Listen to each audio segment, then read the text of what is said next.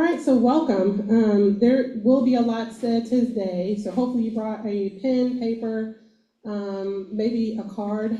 So this is a community, so if you have some sort of business, we share amongst each other, good contractors, sometimes the bad ones, but we do like to work amongst each other to get our objectives reached. So following that, I wanted to just mention our networking lunch. So the networking lunch, which I have not attended, but I will be there this week. It is the first Monday. The first Monday of the month. So that would be July 1st. That'll be at 11 a.m. It is located at the Applebee's on Olive and 270. So if you recall, we used to have it on Fridays, and now they moved it to Mondays to be more open to more people to attend the meeting or the luncheon. Following that, we have every Friday at 11 o'clock, we have what has been called the haves and wants. So it's basically a networking session. We do it on Zoom virtually. It has been wonderful. I have found several contractors there. Haves and wants is basically, and we'll do one of those shortly, but it is one of the times where you can come with your business, you can come with your needs. Maybe there's a finance need that you have. Maybe there is a property that you're looking to sell or that you're looking to purchase. So someone on that line most likely can help you accomplish that. So Fridays, we just get on Zoom and then we have a discussion. Usually it lasts about an hour, but that's when we have our networking session virtually. Following that, I would also wanted to recognize our Zoom and YouTube audiences. So please, if you would, in the future or at our next month's meeting, come in person. It may not look like it on Zoom if you can see me, but there are several people in the room today, so we would love to see your pretty faces here as well. I do want to give a disclaimer, although I would like to say everyone in this room has good intentions. Please do your due diligence when you're working any sort of deal. We do not recognize or we do not promote a lot of businesses here as an organization. So please do your own due diligence to make sure and do your background checks if you do want to work with someone or a company that you meet in this room and or on the Friday calls. And now I would like to start us out by having a haves and wants session. Does anyone want to start us out with a have or a want?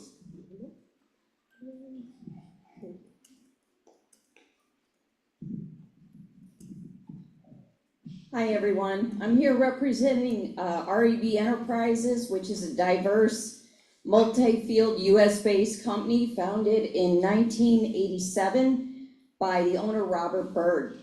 And the company's been involved in numerous industries, including computer technology implementation, software development, training seminars, product innovation, and local community interest. Robert does everything from web and internet, website basic to e-commerce and more, hosting, low-cost hosting for startups, office productivity systems, custom software solutions. So Robert's motto is, if you can imagine it, we create it.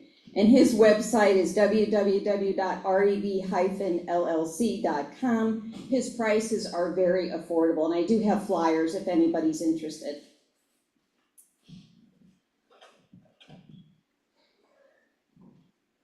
Hi, my name's Casey. I'm a local wholesaler. I have 2 deals, one in Webster Groves and one in Tower Grove East. So if you guys are interested in either of those are flips.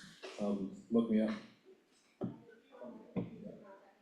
Yeah, name's Casey, 573-915-0984, 573-915-0984. Thanks.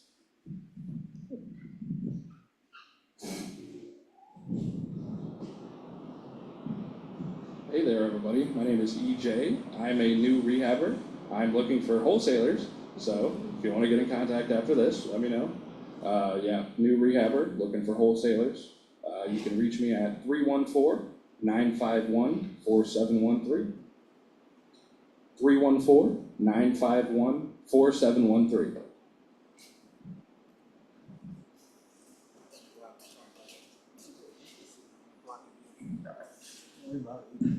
Hi there, I'm Mark Koritz. I'm a real estate investor. I'm also a private money lender. Not only do I loan money, but I help you save money on your rehabs. 314-267-6944. Call Mark, a mark of distinction.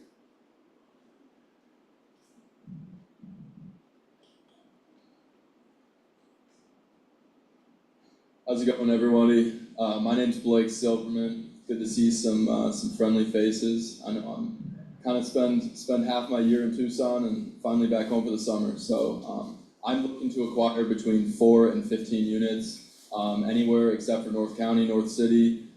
My phone number is 636-489-8353. Thank you.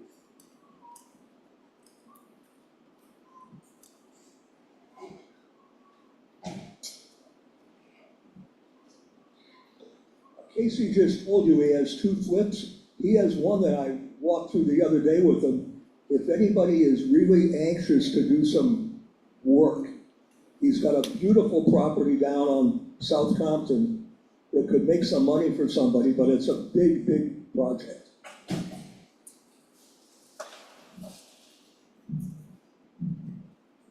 Okay, well, I have a want myself. I am looking for, I just got one of my properties back from an eviction. So the sheriff went over there on Monday and put the, the sticker up there. The property is actually not too bad, but what I'm looking for is someone to clean it out. I did receive one bid, so I'm just looking to get some estimates.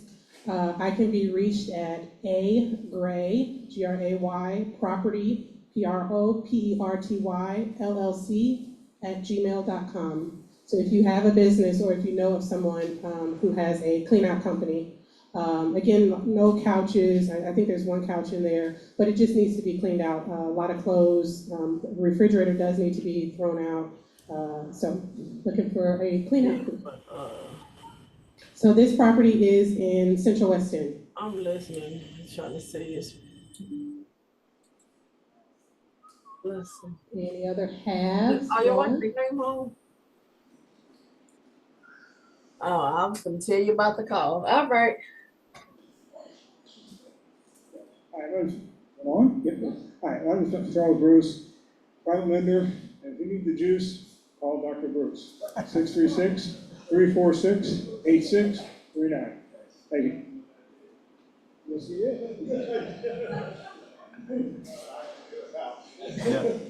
Hi, everybody. I'm a private lender as well. My name is Ron Nash. So, if you yourselves or anyone you know in your respective networks, I know someone that needs the cash, have them call the Nash. Oh, phone number 314-323-1659. Can't resist it again. And I made it up just now, okay? I'm a hard money lender. I'll skip all the stuff just to get to that part. If you want the handoff, call Randolph. What's your phone number? I was just kidding, but it's 636-685-2990.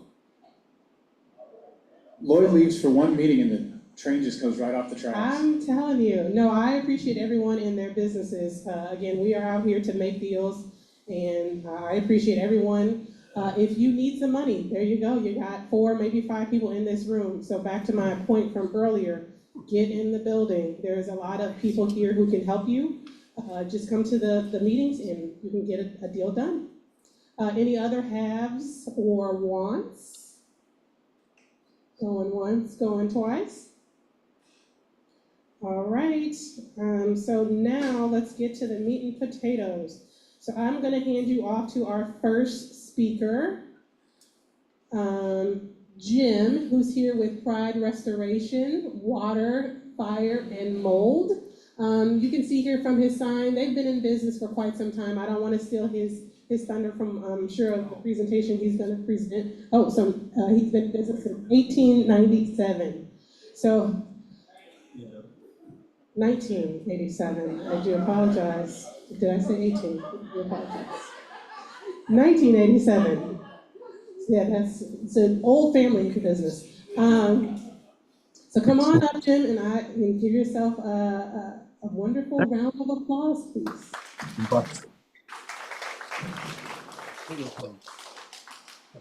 Thank you, Amber, appreciate that.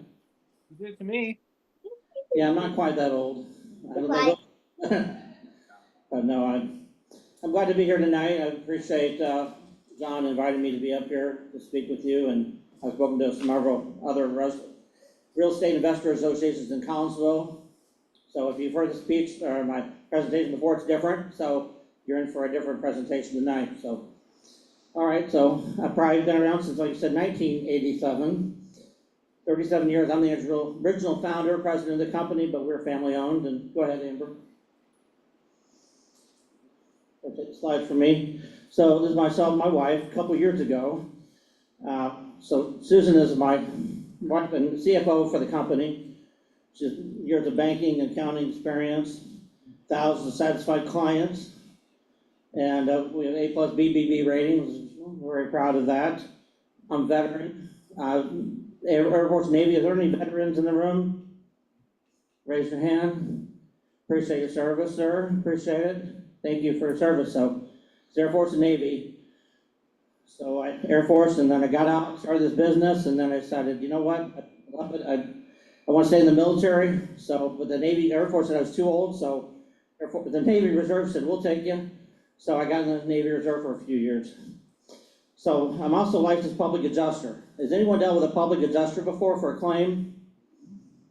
I know Wilma, you have, yeah.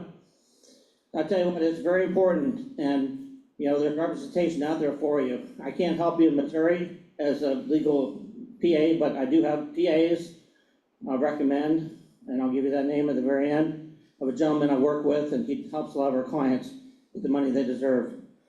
And we're family owned and operated. Like I said, we have family. My stepson works for us. We got my daughter-in-law works for us as well, and a lot of family. All right. So a public adjuster, sorry, let me talk about that. That's a great point, Amber. So when you have a claim, your insurance company will have an adjuster, right? That adjuster comes out. Who's that adjuster for? That comes out and meets you at your property. The insurance company, yes. So it'd be like if you had a driver rear-end you, and that driver that rear-ended you said, I'm sorry I hit you, but don't worry, my brother is a doctor, he's a chiropractor, he'll be able to take good care of you, and you know what, you're also in luck because another brother owns a auto body shop. He'll be able to look at your car and he'll tell you what's wrong, and he'll give you an estimate to get it all taken care of. Does that sound like a great idea? No. So we'll talk more about that, but having a public adjuster is on your side, like Pride is on your side, public adjuster's on your side too. They're gonna help you make sure you get the maximum amount of your claim, because 80% of all insurance claims, believe it or not, are underpaid. They're underpaid. So if you're doing it on your own, you're dealing with letting someone else control your destiny. Talk more about that. So there's been a lot of extreme weather events. Anyone notice that? Hail, storms, tornadoes. It's been crazy.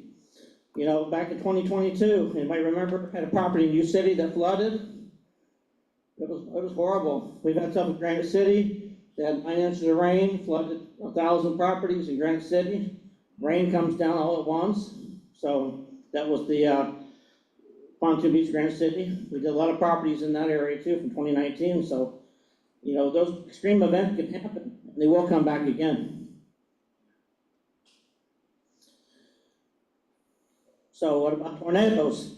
See, every time you turn on the weather, you hear about tornadoes in Texas, Tennessee, Arkansas, Nebraska, Oklahoma, hailstorm, and a lot of hail. We've had baseball-sized hail. We've had softball-sized hail. I've even heard of a little bigger than that, orange-sized hail. This is crazy. And derecho.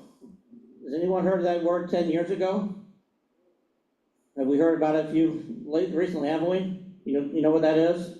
It's a straight line wind event, and they had that recently down in Texas and Houston. It went all the way from Houston, all the way to the Space Coast of Florida. Straight line winds, 100+ miles an hour. And, you know, it just levels everything in its sight. So, or it can become more and more common. Extreme cold snaps. Does anyone have a problem with water pipes bursting last January? Their home or business? We did. We had a lot of clients that had problems too. The year before, Christmas Eve, I was out working all night, Christmas Eve and Christmas Day, because all these buildings and pipes were bursting everywhere. All over the city, you got down to, I think, minus 25 or 30 degrees, wind chill factor. It was crazy. So we got a lot more cold, okay? So water claims have increased. Some other claims are going down, but water's going up. And insurance companies are getting smarter about this. They're raising deductibles up. They're changing some of the verbiage in the policies too. Be careful with that. But average water claim was $12,500 in 2022. Who wants to write a check for $12,500 out of their pocket? How do you budget for that? You didn't plan on that when you bought that property, did you? No, it wasn't part of the spreadsheet. When you, how much money am I going to take and how much am I going to spend? You can remodel it, fix it up. So water can be very expensive. Everything is more expensive, wouldn't you agree? Okay. So any of you have water, storm, or fire damage in any of your properties last year? Show of hands. We got about 5, 6 people out there.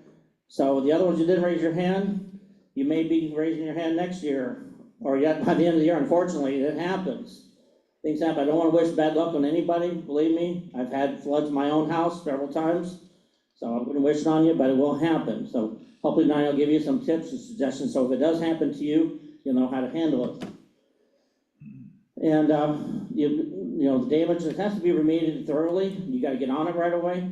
One thing I want to stress too, if you do have an issue with water damage, you want to get pictures taken right away.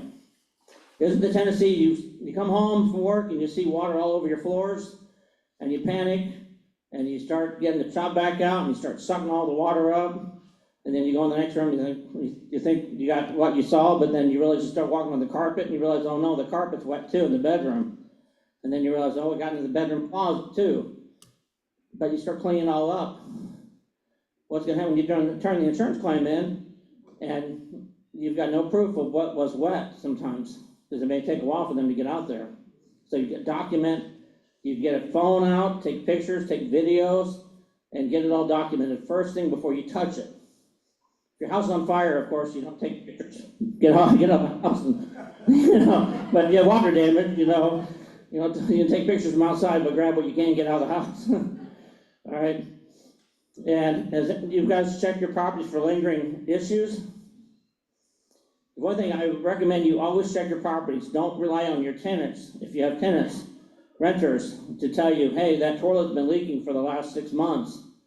They won't tell you about it till you go in there and they move out, and you walk in there and you see what looks like mold all over the walls, all over the floors, unless they're calling you saying, hey, I'm going to the hospital, I'm sick now, because your toilet's been leaking for 6 months and never bothered to tell you. Or you sent a handyman in there and they said it wasn't that bad, but they didn't send you pictures of it, or they're going to clean up with bleach. I'll talk more about why you don't want to use that. But you got to make sure you keep an eye on your properties, okay? All right.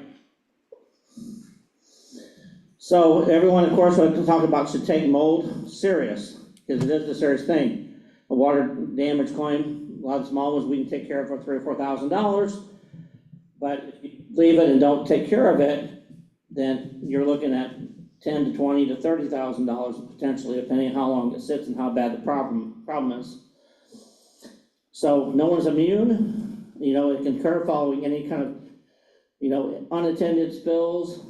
People don't tell you about plumbing, or misdirected lawn sprinkler too can happen. Someone left the window open, the water gets in that way. So you can read the bottom here. Mold problems with all kinds of cleanup problems and repair bills. You always wanted to make sure you document, like I said, take care of it. Water is something I don't recommend you do yourself or have a handyman do. We use special moisture meters to detect and find out where all the water is, because water is one of the things that plays hide and seek. You might see the water on the floor, that you think that's all it was, but you didn't realize it went underneath the cabinets. There's drywall behind the cabinets that's gonna soak up that water. It's gonna get underneath the laminate flooring. Just because you soaked it up doesn't mean it's all taken care of. So we go in there with meters and inspect it for you. And if any of you guys call me and say, hey, I have a problem, and I don't know if I should turn this into the insurance company or not, call me. I don't care, 10 o'clock at night. You wanna call me, and we answer our phones live 24 hours a day, 7 days a week. Normally it's me on the phone. But I'll come out and look at it for you the next day and for free and tell you what the problem is and something, give you an idea of what it would cost if you decide to hire us, okay? And that way you try and do it yourself and end up with a bigger problem. All right, go ahead. So you gotta make sure you have adequate insurance coverage. This is the big one that folks that I see, a lot of people don't realize how much things cost. And when they call around to get insurance, they only ask, I'm calling to getting insurance, I'm looking for the cheapest price. Does anyone buy their insurance that way? I hope not, because if you're, everything, you get what you pay for, right? Does everyone agree with me? It goes with everything you deal with out there. But insurance is one of those things you gotta make sure, if they're telling you, if you had a policy, for instance, and you've had it for 20 years or whatever, 10 years, and someone comes along and says, hey, I can beat that coverage, and make sure they're giving you apples for apples coverage for what you have. Because I've had people that we get to their house and they had water damage. They said, well, I know I'm covered because I've always been covered, but they switched last year. Someone came along and said, hey, I can save you $200 a year on your insurance, but they took out the water coverage. Of course they're gonna save money, but now they have a very expensive bill because they thought they were covered, because their insurance company agent just wanted the business and didn't give them adequate coverage. So you wanna really make sure you know what you've got on your policy and make sure it's more than enough, okay? And don't save money on insurance. Water backup, sump pump riders, anyone have crawl spaces, even a slab house should have water backup covered for like a sewer backup. If you have a basement, definitely get sewer backup coverage. We've had a lot of heavy rains in St. Louis, and this is coverage for $100 to $200 a year. It's inexpensive. But I'll tell you what, if I've had damages for $10,000 to $20,000 in people's homes and businesses, and they didn't have that rider, they didn't know they didn't even have it. So make sure you look at your policies. If you call me 6 months and say, hey, we got a problem and we're good, but well, you're not. So just review it, make sure you have it. And also, I'll tell you one thing real quick about backup, people don't realize, and they always say the wrong thing when they call the insurance company. Who knows that when you call, everything they tell you, that you hear this recording, your call is being recorded for quality assurance purposes. Is that really for quality assurance purposes? No. That's to get you to say the wrong thing. And they have a recording of it. So, I always tell people, before you call the insurance company, you call me, and I'll help you walk through the process. Tell me everything, facts of what happened, what you found, and what steps you've taken, and just make sure that call to the insurance company is accurate and correct. Because you can't go back and make another call back to them. People will call and tell them, my basement flooded. And they say, well, where did the water come from? I don't know. It may have come in from seepage around the house. You think that's covered or not? Absolutely not. Absolutely not. Or it came into the window well. Anyone have a property that had window water come to the window well? You get an 8-inch rain, water will come to the window well. If you have a window well in your basement, it will get in there. Okay, that's not covered. But what if you have a sump pump that's in the basement and you had sump pump coverage, but you forgot to mention that the sump pump quit working because the power went out, and that's why the water was coming in around the foundation. Now it's a covered loss.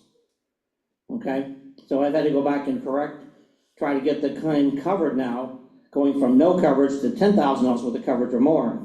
So I can't stress enough, it's critical. Call me first. Don't feel like you have to call them right off the bat.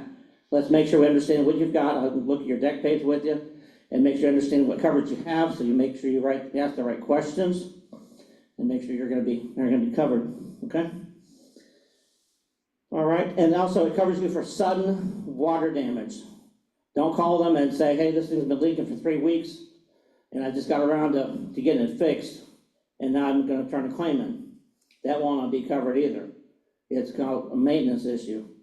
So, but if you come home from vacation after being gone for 3 weeks, you walk in the front door and you notice it smells like water damage and mold, and the water's pouring out, the toilet been running since you left vacation 3 weeks ago, that is a covered loss, okay? All right, so that would be covered, even if it's been running for 3 weeks, you didn't know about it, you just came home and found it. All right, go ahead, Amber. Okay, so a leak is usually covered, like I said, but the long-term leaks that have been neglected are not covered. So don't tell somebody it's been leaking for a long time, that is not covered. If your tenant didn't tell you it's been leaking for a long time, but you just went over and did an inspection or picked up the rent, and you walked in the door and you smell something musty or doesn't smell quite right, and they tell you, well, it's been leaking for a long time, but they didn't tell you about it, well, you just discovered it then. You didn't know it's been leaking, so not your neglect, it's your tenant's neglect for not telling you. Still should be covered, okay? So, pay your insurance, protect your building, don't be afraid to file a claim when it's necessary. So, if you file a claim, you wanna find all the damage that was caused. A lot of people, like I said, do it themselves, a lot of do-it-yourselfers, that's great for some things. Water damage is not something I'd recommend being a do-it-yourselfer. The amount of the claim doesn't normally affect your insurance costs. So, everybody know that your rates can go up whether you have a claim or not? Does anyone know the rates have gone up even though they didn't submit claims? It does, right? Because you know what? If you're in 63104 zip code and there was a big storm there last month or 6 months ago and everybody filed a claim, but you said, you know what? I'm lucky. I didn't have a claim. Everyone else flooded, but I didn't. You know, guess what? They're gonna make that premium up somewhere. So they're gonna raise your rate. So don't be afraid to turn a claim as legitimate. And if it's enough, you know, you got your deductibles, of course, but, you know, get an estimate of what it's gonna cost. And also, an adjuster will only look for the obvious damage. That's why when you call and you want someone, the adjuster comes out, they're not gonna be doing any digging and looking around and see if there's water underneath your floor, or they'll go up in the attic and see if there's any damage. If you don't report it and tell them it's damaged, they're not gonna go looking for it. So again, you want a company like myself to be there with you, to walk through it and make sure everything is pointed out to them, so nothing gets missed. All right. So if you have a water vet, of course, look for all the damages. Things should be cleaned up quickly, minimize damage. This is the front of the wall, and like I said, hide and seek, about water that was behind the wall. The front of the wall looks fine, but we have meters to tell if there's a problem, and that, you don't want that in your property there, what's behind that wall there. Your problem, all right? So water can hide, of course, behind walls, and anyone seen a thermal imaging camera or heard of them? Okay, this is a jellyfish problem. Yeah, it kind of looks like it, doesn't it? This is a property actually I was staying at one time as a rental property, Airbnb, and I thought I was smelling some water damage and mold in the property, and put my camera out, and lo and behold, found it had a roof leak. And you can't tell by looking at the picture on the left if there's any kind of water damage. So like I said, water can hide. It's very critical, and you can't just go by putting your hand on the wall and say, well, it feels dry. I don't feel any moisture in there. Must be okay. It's not, obviously. The blue you see and the purple, that's taking the temperature readings. It's 70.2 is what the blue is. The other surfaces are 74.7. So it'll take the temperature reading. Water is going to be cooler than dry. So when the things are wet, it'll be cooler, and you'll be able to see it through the thermal imaging camera. You can pick them up for a couple $100 online. It's a good investment to have, to buy them. You know, just do a Google search for the small thermal imaging cameras. I would recommend having it if you have property, because it'll give you an easy way to look at something if you had a storm or some kind of an event, to tell if you might have some problems. Okay? So again, this bathroom, it looks pretty good, it looks okay, because the toilet's missing, but a lot of times you'll have a toilet leak. People think, well, we just took care of the toilet, we got the floor taken care of, but what about that vanity? A lot of times they'll say, well, this vanity got a little bit of water damage on the bottom of it, it's okay, it'll be fine. But, and let's see the camera there showing the moisture that's on the vanity. Go to the next one. Isn't Amber doing a great job? Thank you. All right, so again, you see the drywall's wet here, and back behind the drywall and the flooring, you can see all the water damage there that was hiding. So you gotta look for, there's obvious damage, and there's also unobvious damage that's hidden. That's why you want us. Untreated water damage, of course, can cause serious damage to your building and then your tenants. That's why you gotta be careful, okay? So how do you know if you have water damage? Well, of course, you might see any mold on the drywall, that would be obvious. See water standing on the floor, that's another obvious reason. But then you may notice a musty smell. So when you walk into a home, your property, if you're looking at buying something, and you walk in, the first thing that smacks you in the nose is a musty smell, like you smell it, you're just in grandma's basement. It's been damp for many years, you know that smell. So that's what you want to look for, that when you smell that, there's something hidden in that property. You may not see it obvious, but there's some moisture problem somewhere. You might see, look for stains on the ceiling, cracks or separation around the wood and around the window trims. Is another good indication there may be water damage, could be coming in from around the windows. Or baseboards, or water damage on the floor in the basement. All right? So what should you do? You got large areas. You gotta call in a professional. So they recommend indoor air specialist or industrial hygienist to come in. They can do testing for you to determine if it's safe to breathe. Has any of you had tenants that they call you and say that they're getting sick and they want you to come take care of it and they've got mold problems? Anyone had that problem yet? We get calls all the time from tenants, all the time. I always tell them to go back to the landlord and talk to them. I won't go out and look at the property for a tenant unless the landlord is there with me and wants me out there to look at it. So we won't go out, but I get calls all the time. So, I don't know how you want to handle that, but if you do call me out there, I'll come out and look at it with you, and I'll only talk to you and tell you what I think and what should be done. But I've been on the end of court cases. I've been called as an expert witness. Landlords have been sued. And even if you win, you lose because of the fees you gotta pay for attorneys to fight it. It can be a really ugly situation. So I would take mold very seriously if you got a tenant, that's saying there's problems with water, to get it handled right. All right, go ahead. So do-it-yourselfers, hard surfaces, you can use a good commercial cleaning product. You don't wanna always dry the surface afterward. You don't want to spray something on it, like in a closet, let's say, and get a big bottle of big pump-up sprayer, and you're just gonna soak it down with water and get it nice and wet. Okay, I think that'll take care of them all. The more water, the better. The more cleaning solution you put on, the better. And then you close the door up. And but guess what? Your problem just got bigger because all that moisture is going to be in that area. So you got to make sure you get it dry. And I did not recommend using bleach. I'll tell you why. So dangerous for children and pets, highly toxic. It remains on the surface. And actually, mold is actually what I call mold food. It's mostly water, bleach, unless you bought it when it came off the factory production. But if it's sitting on the shelf in the store, you know how long it's been sitting there? It actually it basically loses its power the longer it sits there. It could be there for 6 months when you bought it, and it's basically mostly water. It may have a little bit of bleach in it, but bleach does not work. It makes it mold look white, or it makes it invisible, but it's still there, okay? And there's also a lot of studies about children being exposed to it, plus you got animals.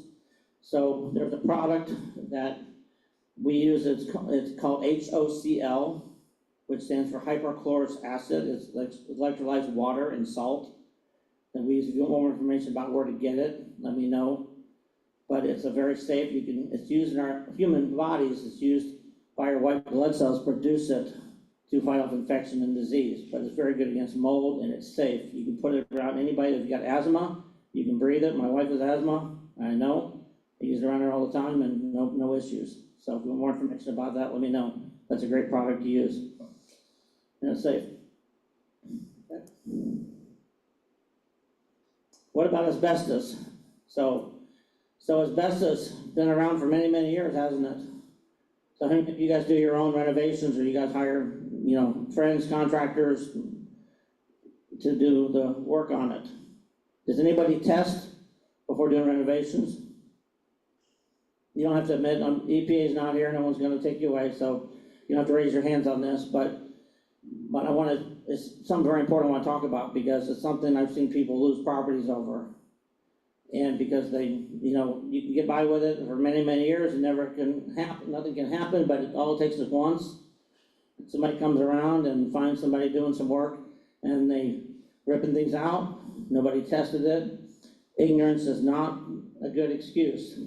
You can't say I didn't know, they don't care. EPA can fine you, and the fines are $10,000 or more.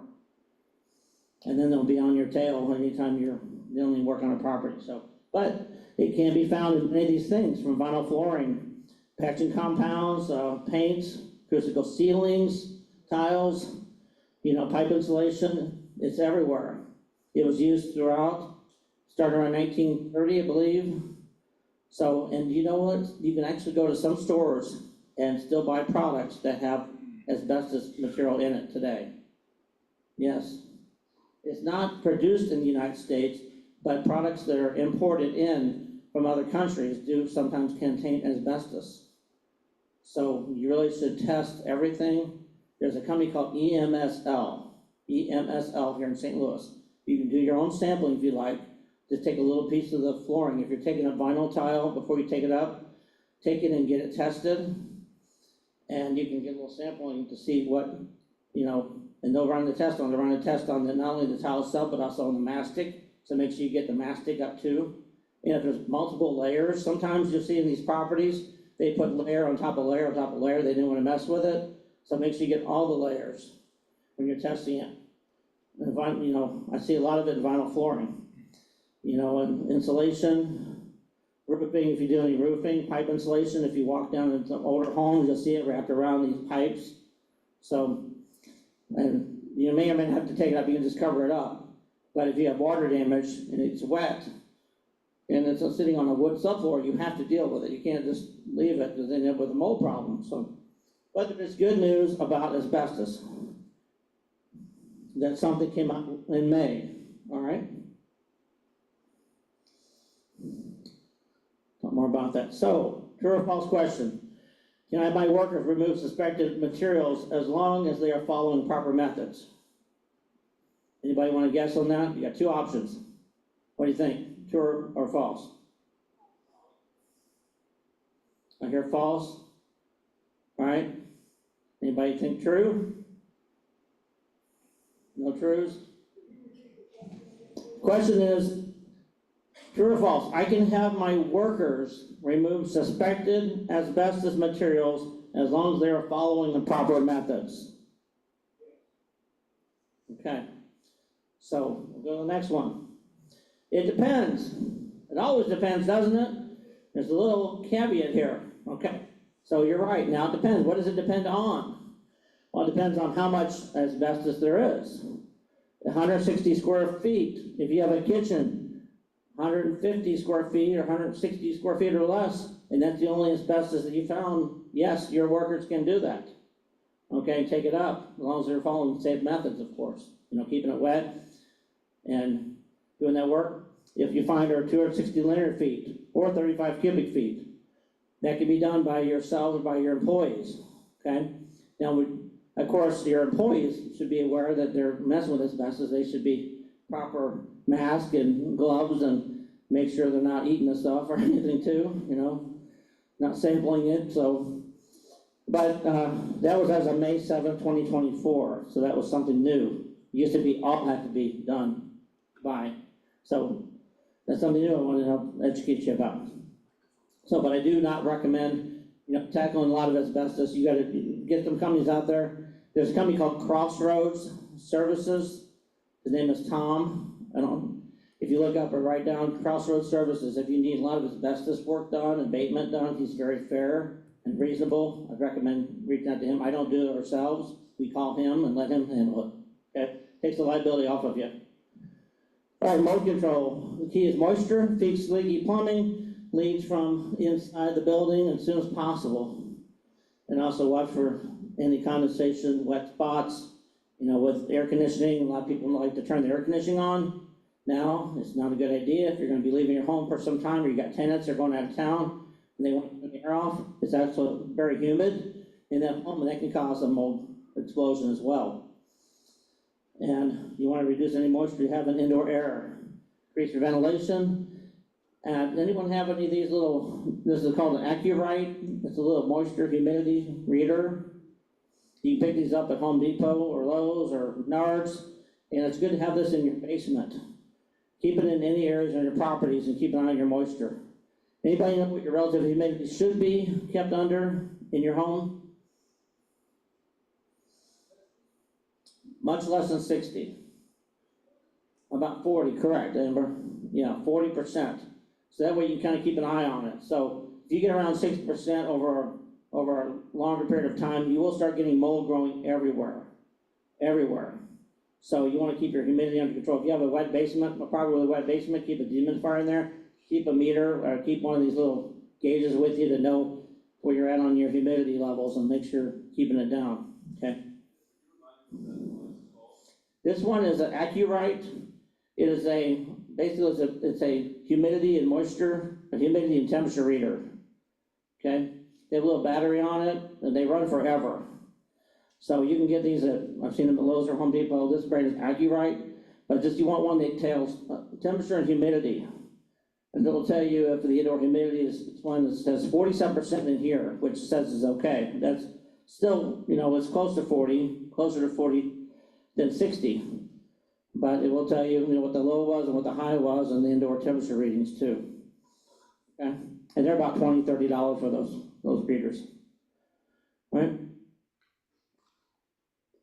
And then, so do-yourselfers, you know, items made of fabric can be clean. So if you got clothing, can be clean sometimes, depending on if it's just a little surface mold that from humidity, that could be cleaned or wiped down. But if it's really porous surfaces, you know, check regularly, see if mold has returned, infiltrate those. If mold can find to reappear, you don't want to dispose of those items. You don't want to keep cleaning them if mold keeps coming back. Okay. One thing I forgot to mention here, I'm almost at the end here, but look around your properties and you see these cracks here? Can you guys see these? So look around your properties. You're buying it or investing in a property or one you own currently. Make sure you don't have some major issues here where wind-driven rain, if you get a strong storm, they can blow in moisture around your windows, your doors. Make sure you keep it freshly caulked. And you want to use a good elastomeric caulk. Okay? Elastomeric caulk. Okay, on your properties, and make sure you don't have any kind of gaps like that. Water will get in and find a way. And again, that's not a covered loss, water coming in from lack of maintenance, okay? All right, Amber? Also, heating, air conditioning, ventilation, you know, drip pans. We do a lot of water damage from people who have attics, furnaces in their air conditioning units in their attic. The condensation lines do get clogged. So you want to make sure you check those condensation lines, make sure they don't have dirt and debris building up. Because when it does back up, then that pan will start filling up that's up there in that space, and guess what? Someone's going to call you and say, hey, we got water leaking through the ceiling, and they may not be home when it happens at first, and maybe several days before anybody notices. So you want to get that taken care of. You know, of course, get them inspected by your local HVAC guy. And also make sure your building foundations, you want to make sure you have gutters, good downspouts. Water flows away from your property. I've been at many properties that I've seen the downspouts weren't hooked up. The water was dumping right alongside the house, right along the foundation, and going right directly in the crawl space. And it's a simple hose. You can get an extender hose, rubber, plastic to hook on that gutter, make sure on the downspout, make sure the water's flowing away. So when you get heavy rain, you're not going to have any water accumulating. Also, do a walk around your outside of your house and make sure if you're next to the foundation here, that this is not lower than over here. Because all the water's gonna run toward your foundation again. You wanna build that up and have it slope away. If you got people above your property that are pumping their water down toward you, that's even more critical. Because you're not dealing with just your water, you're dealing with their water too that's coming toward your place. So you wanna get that gutters, downspouts, everything directed away from the foundation. All right, go ahead. So, can anybody see this, what this cartoon does? I'm gonna read it for you. For those in the back, you may not be able to see it. So this is, this guy comes out here, there's the homeowner, and this is the, it says insurance company on the briefcase. And, so the homeowners were saying, is that a microscope to check for mold? And it says, no, it's to read the fine print in your policy. So that is true. Like I said, go back to the policy thing for a minute, but that's very accurate. I see that happen way too many times. There's a lot of fine print. So when you think twice about signing a contract with your insurance company, preferred service provider, again, they kind of go back to the accident issue I told you about. When somebody rears you and you think it may be a good idea, hey, this person behind me may know a good chiropractor, they may have a good auto body guy. But when you call the insurance company and you said, I want you to send it your service provider to my home or my property, guess what you're doing? You turned over all control and power to your insurance company. Is that a good idea? No, who are they looking out for at that point? Themselves, correct.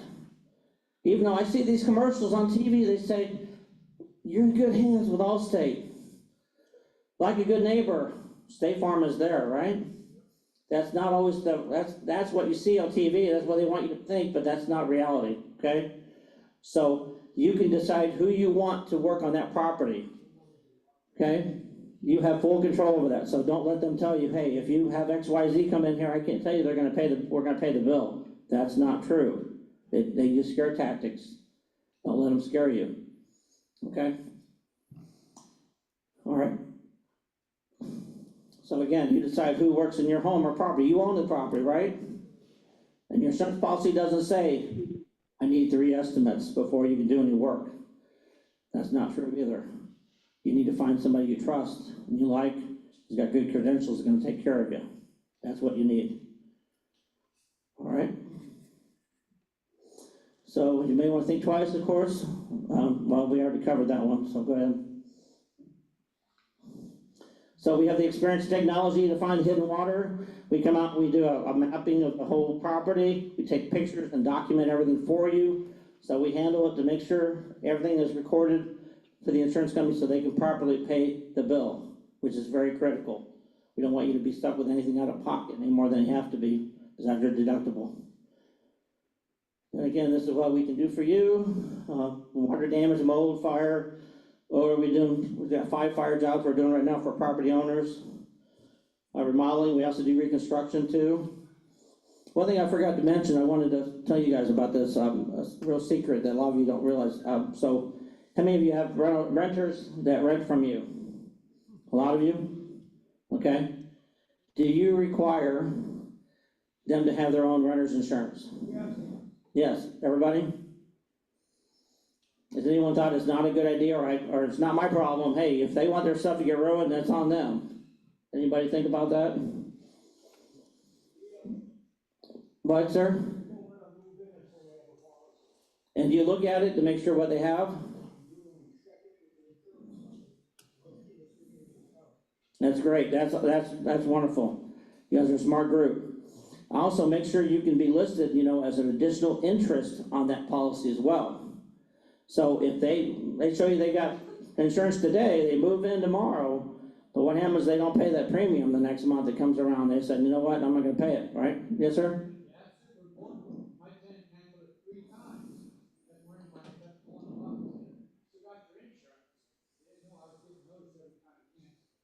Right, no, exactly, that's smart. Here's another way you could do it too. You can have the insurance company doesn't care who makes the premium payment.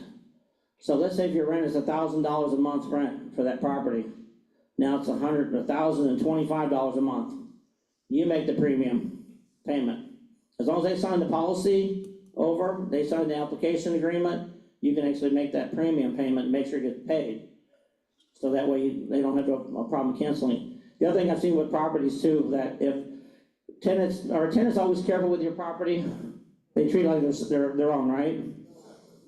100%, right? Not exactly. So we've had a lot of issues with tenants that have fires. They have fires happen in the kitchen, they let their 8-year-old decide to cook chicken wings on the burner. Heat up a big old pot of oil on the stove, mom's in the room, or dad, or whoever, is in the other room watching TV, and 8-year-old's in there cooking chicken wings with a big old pot of grease on the stove.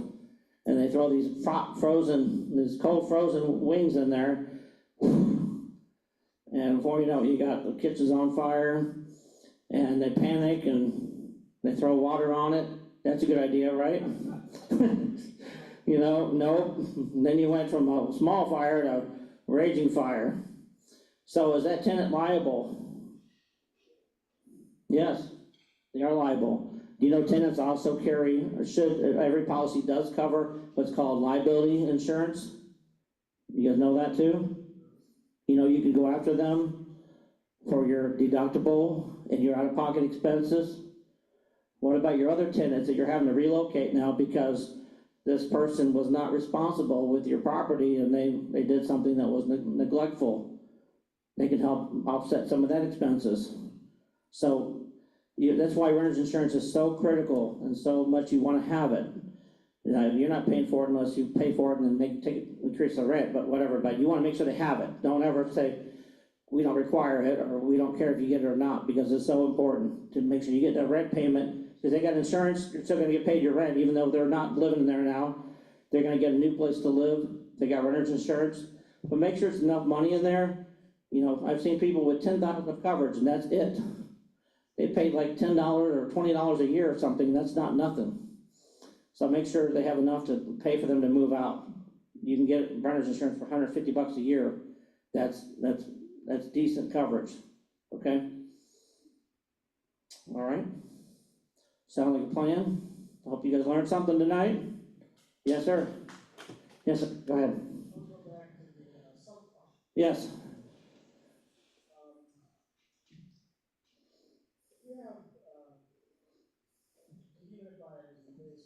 Yes. And it takes a month to get 1 cup of water. Would that be a gauge as to needs, similar to your humidity reader? I would get a humidity reader and put it down there. Yeah, so he wants to know, he has a dehumidifier down in his basement. He's only getting about a cup of water out. You said, what, about a month? Okay, so 1 cup a month. That's not a lot of moisture in there. So every basement varies on how much humidity and moisture you have down in that basement. But you may not have to run that, but if we go through a wet period of time, then it may increase. You may get a lot more moisture out of that. Depends on the basement. If it's an older home or a newer home, some of them have more moisture, but I would get one of these little readers, keep it down there and see where you're at. You may not have to run it all the time, but it just depends on, and the other thing too, if it's an older dehumidifier, it may not be working very well. A lot of the newer ones do have a setting on it that you can change. You can set it to 40-50% humidity, where when it gets down to that level, it'll kick on automatically. So it's an older DU, it may not have that technology. So a lot of the older ones just may not keep up. So it depends on your dehumidifier you have in your basement, but it's good to have one down there just to keep humidity under control. Yes. Any other questions? And my number, you guys have my phone number, business cards. I'm gonna have a stack of them over here. I know you got another great presentation coming up. And I've got some giveaways I'm giving away. Just awful disclosure that my wife and I own another business called Adventures of Intrigue. It's like an escape room. It's a whole lot of fun for families, couples, bringing your kids, grandkids, nieces and nephews. It's over near Seubert by Johnny Brock's. But if you guys give us your business cards in this little bag here, or write on a piece of paper with your name, phone number, and email, we're gonna do some drawings for two different passes of two for Adventures in the Creek for you guys to come and check it out and have fun, okay? So we have some, everybody put something in that wanted to put something in for this? Okay, there's some. Okay. We're brand new, we just started 2 months ago, this is really a dream of ours, that we want to give back to the community and get people together and get kids off their phones and spending more family time together, so it's pretty cool. And I talked to Tyrone, we have a nonprofit, so we also work with a lot of nonprofit agencies to help raise money. So if you have a nonprofit, let me know. All right, so we're gonna get a few more people together, we can do the drawing. Again, thanks for letting me come out tonight to speak with you. Hope I gave you some good education, information.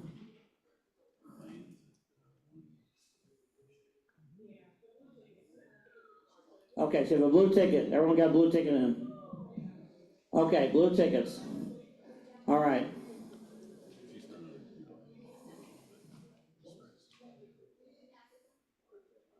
All right, here we go.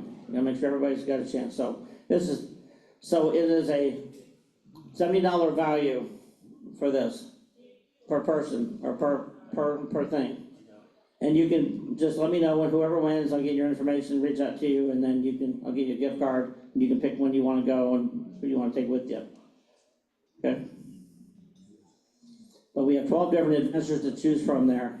We have things for kids as young as 4 years old, all the way up to 104. So it was a lot of fun. And we're fully accessible for anybody in a wheelchair, crutches, they're all flat, there's no steps whatsoever. It's all fun. Nothing like anywhere in St. Louis, so hope you guys get to come some point and see the Adventures of Intrigue. All right, here we go. Here's a blue, did you get one, sir? Here, yeah, this gentleman's got one right there. Let's get a chance, all right. If you don't win, you're still welcome to come see us. We're open Tuesdays to Saturday. I've got some cards, brochures I'll leave. I got some over on the table, little rack cards about that place, so you can make sure you grab one. All right, so here we go. For the first 2-pack gift card is 3641682. All right, there we go. All right, congratulations. What's your name?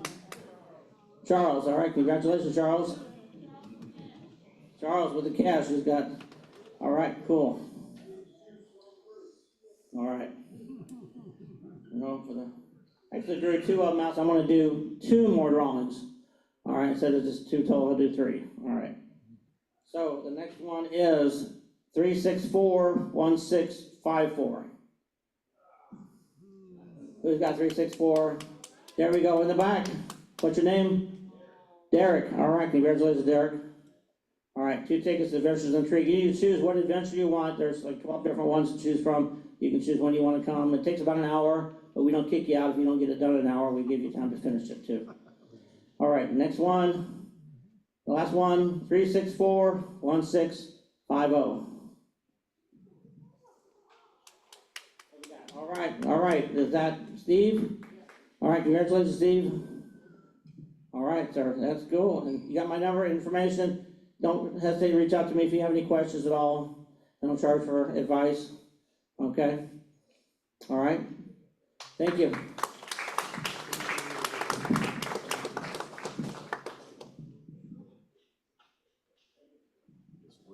All right, I certainly learned a lot. I hope you all were taking notes.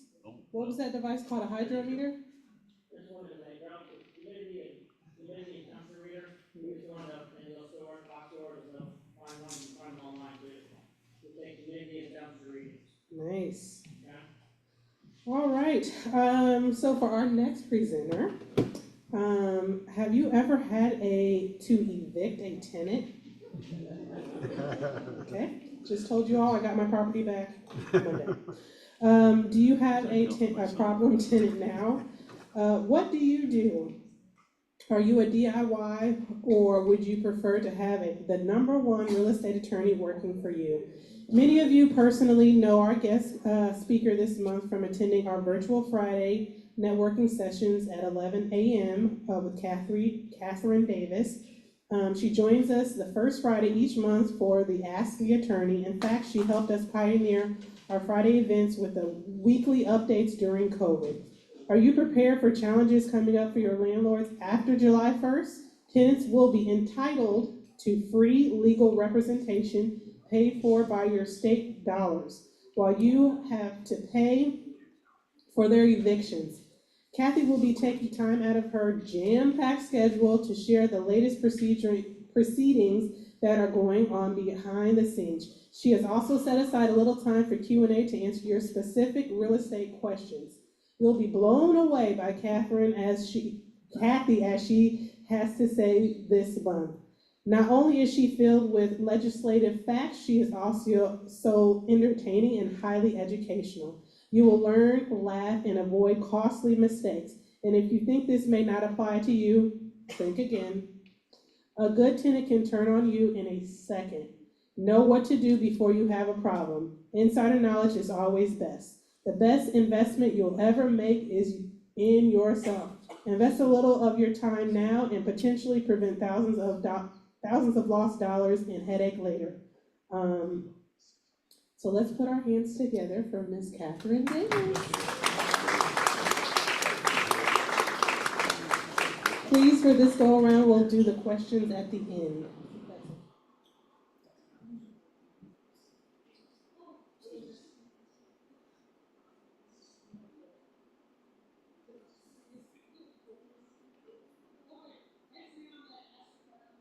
Just ask, just raise your hands if you want anything. How are y'all doing?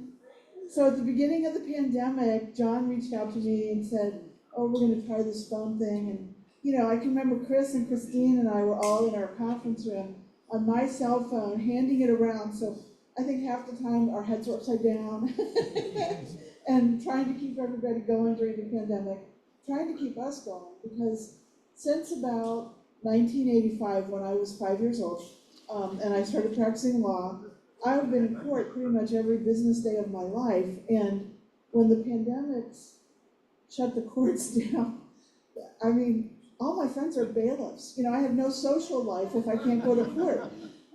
It was tough. It was tough for all of us. And then that was a shutdown by the Missouri Supreme Court, the part that shut the courts down.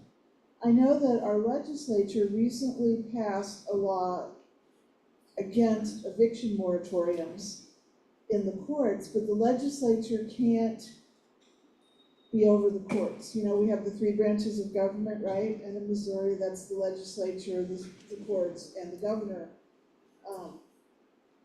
So that's not really gonna stop the courts from ever shutting down again if the Missouri Supremes feel like they need to. The good news about that is we figured out Zoom and WebEx, and we still do a certain amount of court remote now. So I don't think it will stop again like it did, where it just stopped dead for 2 months and it was horrible. And then, you know, we have different characteristics of different counties around the state and right here. In the county of St. Louis, you might remember, am I bringing back bad memories? You might remember that our presiding judge at the time, Judge Burton, sweetheart of a guy, and apparently, you know, very affectionate towards tenants, because he stopped evictions for a year.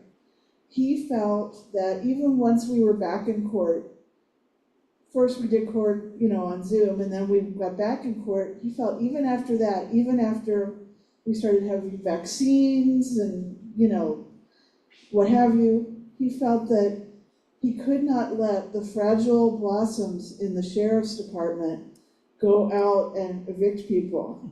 Now, I don't know if you've met any sheriffs, but they are pretty hardy guys. And they were upset that they couldn't go out and do their jobs. And really, when we do an eviction, how many people have set someone out in St. Louis City or County? Gone all the way to court, gotten the judgment, put them out. Okay, so what we do now is the sheriff sets the date, you meet the deputy there, you have the ability to change the locks, or you have a locksmith with you. The deputy walks quickly through the dwelling, removes any people, supposedly inspects for contraband like drugs and guns, and you change the locks and the place is yours. Then we have the whole drama about what you do with their stuff. But this wasn't a long exposure to a possibly COVID carrying tenant. This was, it's a brief in and out. In the city, we got a little luckier because we had a good presiding judge there too, Judge Burleson. And he stopped all evictions at the beginning, but every month I would have a call with him and I would kind of negotiate, like a later curfew, right? It was like, I'm a teenager. How about 11 o'clock this week, Dad? And how about unlawful detainers this week? How about commercial evictions? How about if you let us start doing 441s? And we got to the point by the end of the first summer where we were pretty much back to normal in the city, except we were still doing all our dockets on WebEx, which was pretty horrifying. But, WebEx and Zoom court was fun because you had this, Hollywood squares or Brady Bunch full of faces on the Zoom call, and the judge is trying to keep order, but he can't have the bailiff throw them out because they're on TV. The judges mostly figured out as they went along that they could mute people, but people were doing anything on these calls. People were yelling at their kids, they were drinking, they were smoking, they were in the bathroom, they were in various states of undress, and that was just the lawyers. Then there was the tenants. People driving. That driving thing really seemed to bother judges. I think they didn't want anyone to have a car accident in their courtroom. They would yell at people driving. But fortunately, we're pretty much past that now. We've gotten some good out of it because sometimes I can get the permission of the court to have a witness appear remotely. So if I have a client who is out of town and has property here, they can sometimes be approved to appear remotely so they don't have to fly in for an eviction hearing or that kind of thing. And we do a lot of motions where there's just attorneys remote. I always prefer the judge to see my smiling face in person, but the remote stuff works sometimes. It's hard for me sometimes because I'm supposed to be in 3 different courtrooms and one's remote and the other 2 are in person, and I really don't want to run back and forth to my office. But in some of the courthouses, I know where there's a friendly computer that I can use and appear on my remote and then go to my in-person. So let's talk a little bit about what's changed since the pandemic. One of the big things that happened during the pandemic, in addition to being stopped from doing our work for a while, are you gonna make it so I don't kick that anymore? Thank you. One of the big things that happened during the pandemic was rent relief. Did anybody take relief money? It's okay. You can say that you did that. I mean, I got a PPP loan. Me and my people couldn't go to court. We weren't making a lot of money for a while there. And I wanted to keep all my folks getting their paychecks, getting their health insurance, and that kind of thing. I didn't want anything to happen to Chris or Christine or Heather or Carrie or Letitia. I wanted everybody to be able to go on. So no shame to me if you as landlords participated in one of the various rental relief programs. The problems were that the tenants wouldn't apply until the day before court, or I'm leaving court today and I'm gonna go apply for it. Well, that was not helpful. The county rollout, St. Louis County's rollout of the SAFER money was horrible, just horrible. They paid $3 million to some internet company in California to set the website up, and it was really months before it was running smoothly. It was awful. I hear that there is still some rental relief money out there. Apparently there's some in Kansas City. But I think the downside of the rental relief money is that a lot of tenants think they can still get that. And we see people that are being referred to us for eviction that have $20,000 or $30,000 in prior rental relief money that they've gotten that was paid for them. And now they've run up months more of rent. And they think they're gonna get rental relief money again. It's not necessarily there. We are pretty much back to 211, United Way, St. Patrick's Center, St. Vincent de Paul, the Urban League, those kind of things. But getting through the pandemic changed a lot of things with respect to the way the courts view tenants. Missouri law is pretty pro-landlord. A landlord-tenant action under statute has to happen pretty quickly here. And, there's not a lot of defenses. If you haven't paid the rent, you're probably gonna either pay the rent or you're gonna get evicted. However, judges have gotten, in many cases, more tenderhearted towards the tenants, or at least more cognizant of giving tenants information about how they can get help. And this works in a couple of ways. One is referring them, and a lot of courtrooms have flyers or things posted on the backs of the benches or things on the bailiff's table that could be given to a tenant that give them resources where they can get rental assistance. I don't really care about that so much. The other thing that they have is often a list of the places that do representation of tenants at no cost to them. Have any of you seen those in court? They'll list like legal services, Art City Defenders, New Covenant. They used to list EHOC, but apparently some of EHOC's people were maybe doing something funny with the books, so they seem to be out of business at this point. They're also maybe from time to time a referral service through the Bar Association to get pro bono attorneys. And then the big one that Amber referred to in that very nice introduction is the tenant right to counsel in the city of St. Louis. And I can tell you where they're getting this from, at least within our state. They're getting it from Kansas City. Kansas City has tenant right to counsel. What this means, of course, anybody has the right to get an attorney if they pay them. You can have me, you have the right to have me if you pay me. But that's the problem for the tenants is they need a free lawyer quite often. And in Kansas City, they have tenant right to counsel. And every Monday, they open the phones for the tenants at a certain time in the morning. And they only take like the first 10 or 12 cases. So the city of St. Louis, which is kind of being run by socialists now, as far as I can tell, decided to pass tenant right to counsel here. And they have $5 million in old pandemic relief money. Personally, as a city resident, I think they should have a functioning 911 system, a reliable water supply, trash service, and a fully staffed police department before we get onto these extras and frills. But okay, they allocated $5 million for this. And we kind of laughed when we heard that. We're like, $5 million a year? No, it's $5 million over 4 years. That does not buy you a lot of lawyers. Have any of you done your own eviction in the city? Gone to Division 28 or 27 on a Friday where they have pro se landlord day? Well, that's just a small drop in the bucket. We have evictions every day of the week in 2 courtrooms in the city. I mean, there's hundreds, if not thousands of people a week getting evicted in the city or having a case brought against them. $5 million is not going to represent all those people. So first of all, before you panic about right to counsel in the city, they have to be picked, and they're probably going to do it. The only pro bono legal agency that's willing to do it is Legal Services. And the city is still fighting with Legal Services about how they're going to do it. Because Legal Services, the city has said, we want you to represent all the tenants that are being evicted. And Legal Services has said, you're insane. We cannot represent that many people. We'd have to hire 100 lawyers, and so we're only going to do a few a week. So they're still talking about that. By the way, those of you who have been following this may know that that's supposed to go into effect July 1st. And the ordinance mandates that the landlord or their attorney give a notice to the tenant being evicted of how they can contact the right to counsel representation. Well, they're not going to be in place by July 1st. Watch your website for your group, because as soon as it gets in place, I will email that notice to John so that you guys can download it and furnish it to your tenants that you're going to be evicting in the city.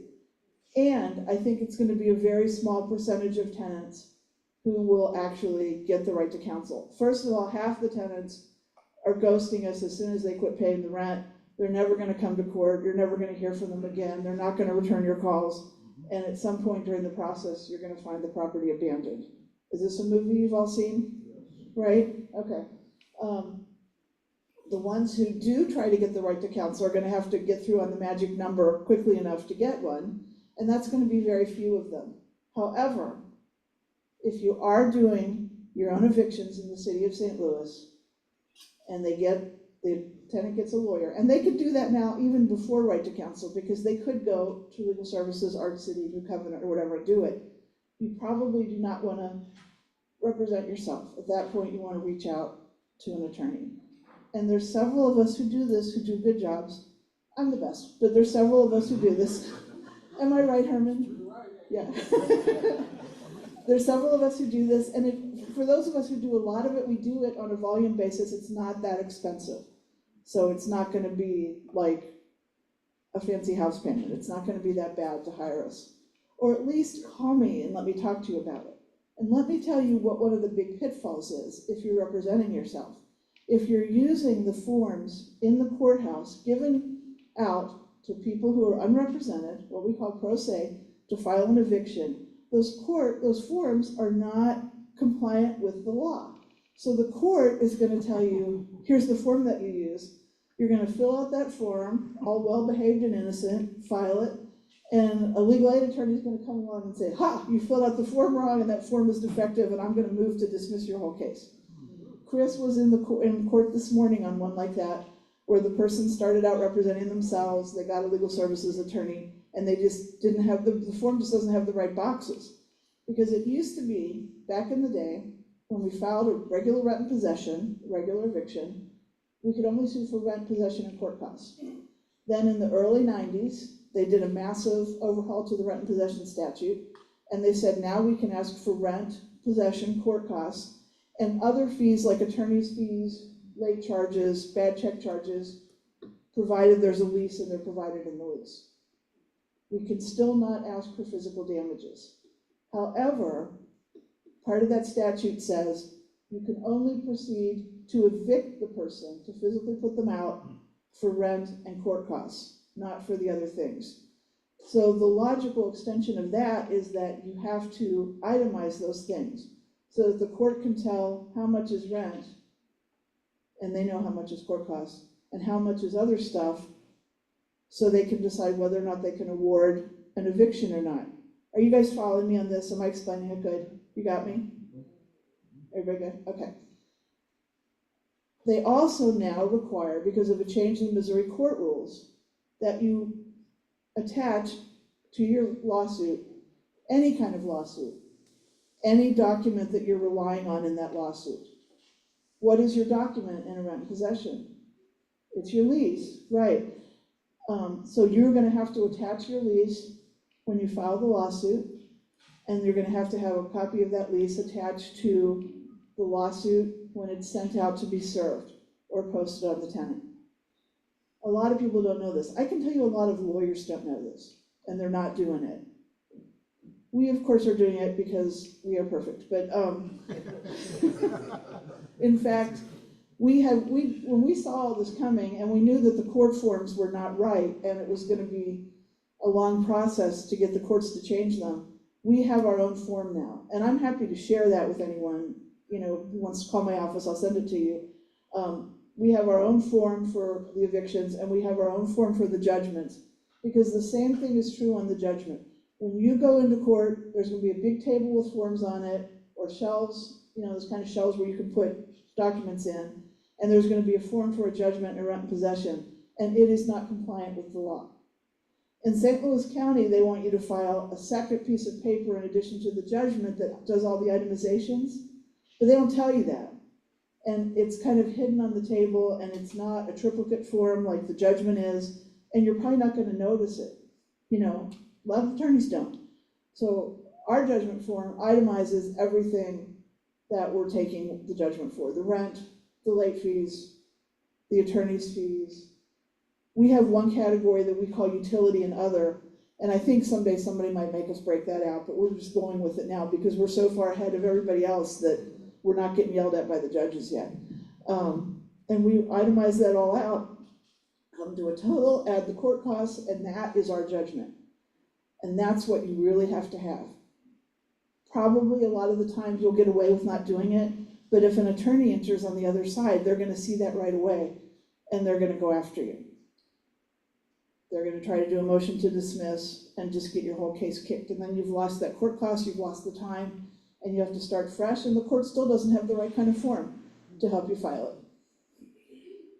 So what's the message here? Call Kathy if you need these forms. Hire Kathy really is what you should do, but if you don't want to hire me, I understand. I'm a little hard, but it's okay. But get the forms from us. Or go to the court and yell at them, not really yell at them, that's probably not a bad idea, but go to the court and say, look, why can't we have the right form, because we know that we need to have these itemizations, and see what they say. What's my phone number? 314-962-1115. And some of you may know my partner, Christine Travellini. You should ask for her if you have a county eviction, because she does St. Louis County. That is such a busy docket for us that's what Christine does. She does exclusively St. Louis County docket. Chris Bosler, some of you may have met Bonnie, my daughter who used to work for me. Now she has a good job. But Bonnie's husband, Chris Bosler, does my city docket and Jefferson and St. Charles. If you're not sure, you can ask for me. We're all a little hard to catch up with because we're in court a lot. You can also ask for Heather, our paralegal, who is wonderful and who will direct you to the right person or help you with the form or that kind of thing if you need it. Yeah, just tell them, say, I need to get Kathy's firm to evict somebody and my property's in the city. Yeah. And be patient, sometimes we're in court a lot. But we will get back to you. Or email us. And I left big cards up front, along with my sharks. I hope everybody got a shark. Yeah, the sharks. And they list everybody's, I think, direct lines and I hope emails, because sometimes it's a lot easier for us to go back and forth with you by email. When I'm in court, I can't make a call, but I can sit in the jury box discreetly and email people. They both will yell at regular people on their phones, but they'll let us get away with it. Right, Herman? Herman and I were doing that yesterday in Judge Hearn's division in St. Louis County, playing with our phones. Where's Roger? Roger doesn't like to go to court anymore, he told me. Yeah. So sad, Roger. So, we know right to counsel is coming in the city at some point. It's going to be underfunded. It might not be well run. Don't panic about it. But if you are doing your own evictions and an attorney does enter on the other side, think carefully about calling one of us to help you. Also, probably a lot of you know this rule already, but if you are an entity, if you're owning your property or you're a management company in the name of an entity, you have to have a lawyer represent that entity. Now, that rule is sort of in my favor, right? Because it's saying, if it's Roger Wallach LLC and he's not a lawyer, he has to hire me to do his evictions. He would anyway, but I also think that the statute says it can be the owner of the property or an agent. An agency is a very loose category. So if you hire someone to manage your property and your property's in an LLC and you hire someone to manage it, an individual, I think they can represent that LLC and sue for rent and possession. I will tell you that a lot of people disagree with me, and I do better with that argument in outstate Missouri than I do here in the big city. But I do argue against my own interests with respect to that sometimes. I am on the Supreme Court Committee, Missouri Supreme Court Committee. I need to quit answering my phone when they call. And we are studying associate civil justice reform. And this is part of the post-pandemic effort to make the courts more friendly and happy for people who don't pay their bills. For unrepresented litigants, is what I'm supposed to say. And these people, we are outnumbered. It's very sad. There's only 3 of us who do creditor side, and there's like 8 attorneys on this committee who represent people who don't pay, unrepresented litigants all over the state. And some of them are from Kansas City. And that's where all this right to counsel and everything stuff started. And it's the Wild West there. They're getting judges to continue cases for months and do all kinds of horrifying things. So we are fighting this. We're just like Churchill. We're fighting on the beaches. We're fighting on the shores. We're fighting it everywhere. And we're on this committee trying to hold the line so that the rules don't get changed to make it unfair to you. Okay? Does anybody have any questions? Or you want to shoot out a topic you want me to talk about? That's my big update about right to counsel. Anybody got anything? Do I think right to counsel is coming to St. Louis County? No, I don't. I think Sam Page and the county council cannot agree on anything. I don't think we have the kind of extreme left-wing progressives in the county that we do in the city. You know, did you hear about the bill where they wanted, I mean, I live in the city, right? The bill where they wanted to let homeless people camp in your yard and you weren't gonna be able to, you know, get rid of them? I mean, did you see that article in the paper where Beavis Shock sued on behalf of the poor people that own the property, and the homeless people have been in a tent with tarps on their sidewalk for 3 years? And, okay, imagine those tarps and that tent and those homeless people on a corner in Clayton. How long? How long do you think? I think the over-under is 5 minutes. I mean, not happening in the county, that kind of thing. And I think that the right to counsel, I mean, I don't think the county has the money. The city really doesn't either, because they lost the earning tax lawsuit and they've got some other problems, but they've got this little bit of pandemic money they want to spend on this. I don't think it's a good priority. And I also think that if they wanted to give $5 million to help tenants, they should just make more rental relief. Because if you don't pay your rent, you're gonna get evicted. I don't care if you have lawyers. We have lawyers on opposite side of our cases all the time, and if the people don't pay the rent, they're gonna get evicted. And if it's an unlawful detainer where it's the end of the lease, or we terminated them for cause, we're careful about those, we have our ducks in a row, they're gonna get evicted. So, you know, I don't care how many lawyers you have, bring it. Actually, sometimes it's easier when there's a lawyer if the tenant is extremely crazy. You know, and often the lawyers are more frustrated with their tenant clients than we are even. They might do better off hiring social workers for some of these people, because a lawyer can't help that. Yeah. Do I always represent the investor, or do I represent tenants too? Almost always the investor. Hardly ever a residential tenant, occasionally a commercial tenant. And I'm pretty much the only person in my firm that will do that. To represent a residential tenant, it has to be a favor for a friend kind of thing. I don't do that kind of business as my living. But, you know, if someone that I know that I'm close to, their child is having a problem, or, you know, that kind of thing, I might help them. We don't do it a lot because we do so much representation of landlords and investors and property owners that it just becomes a conflict. So, yeah, that's pretty hard to watch ever. Did you have a question? I did. It was switching gears away from That's okay. the EOI report. Are you familiar with that? With the what? The EOI, the beneficial owners. Oh, is this that new thing we have to file with the I feds? was gonna ask, is it in January of 25? That has to be done by? I think it has to be done by December 31st, at the end of this year, for existing corporations. And Roger, correct me if I'm wrong, doesn't it have to be done within like 60 days if you're forming a new one? Yeah. Yeah. Okay, so the feds, I think this is through FINRA, am I right? The feds have made a requirement that all entities, partnerships, LLCs, Incs., any other entity where you're using a fake name other than your name, has to file this report with the federal government that lists all the beneficial owners of that entity, their percentage, their socials, some other stuff. Herman, do you know more about it? I felt a judge down in Florida declared it unconstitutional.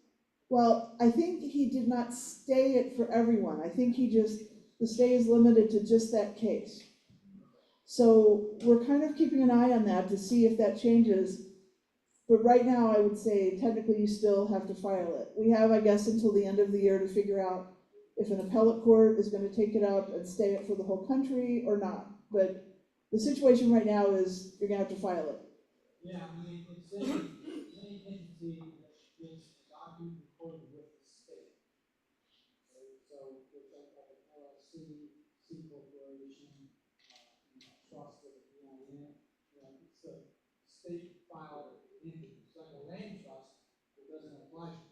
As you know, when you have a land trust, as a beneficiary, you're an LLC. So LLC is the one that has to file all that, disclosure stuff. Could everyone hear that response? Okay, the information is any entity that has to file paperwork with the Secretary of State of Missouri is gonna have to file this if you're a registered entity. And I actually think it might be a little broader than that, but I'm not sure. Wasn't this originally introduced as for the troublesome Airbnb industry? Isn't that how that snuck in? I don't think it was to do, the question is, was this introduced because of Airbnbs? I don't think it had to do with Airbnbs. We were discussing this before our meeting started tonight.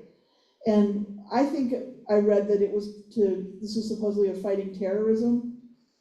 And someone else said they thought it was fighting drug dealers. But the key connection there seems to be money laundering. And I just don't think they're gonna get that far with this. And I don't think it's that hard if they suspect someone to look into their corporations and figure it out. It's kind of, without having this extra piece of paperwork filed, it's kind of like plus if you're a criminal, aren't you gonna file it falsely anyway? I mean, you're already a criminal. Why are you gonna start telling the truth on that paper?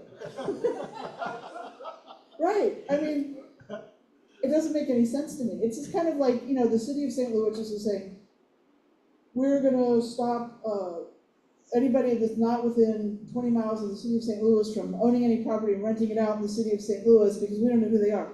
Well, first of all, you're on a deed. Secondly, if it's an LLC or corporation, the Missouri Secretary of State has the paperwork that says who the people are behind it. It's not that hard, and they just want to make it more onerous for landlords. And let me tell you about another group that I'm in, because I'm just, I guess, kind of a masochist in all these groups trying to fight this craziness.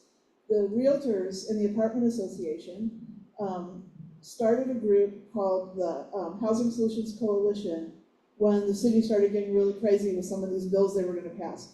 And we have met a number of times, and we have a lobbyist, Maureen O'Donnell, who's very good.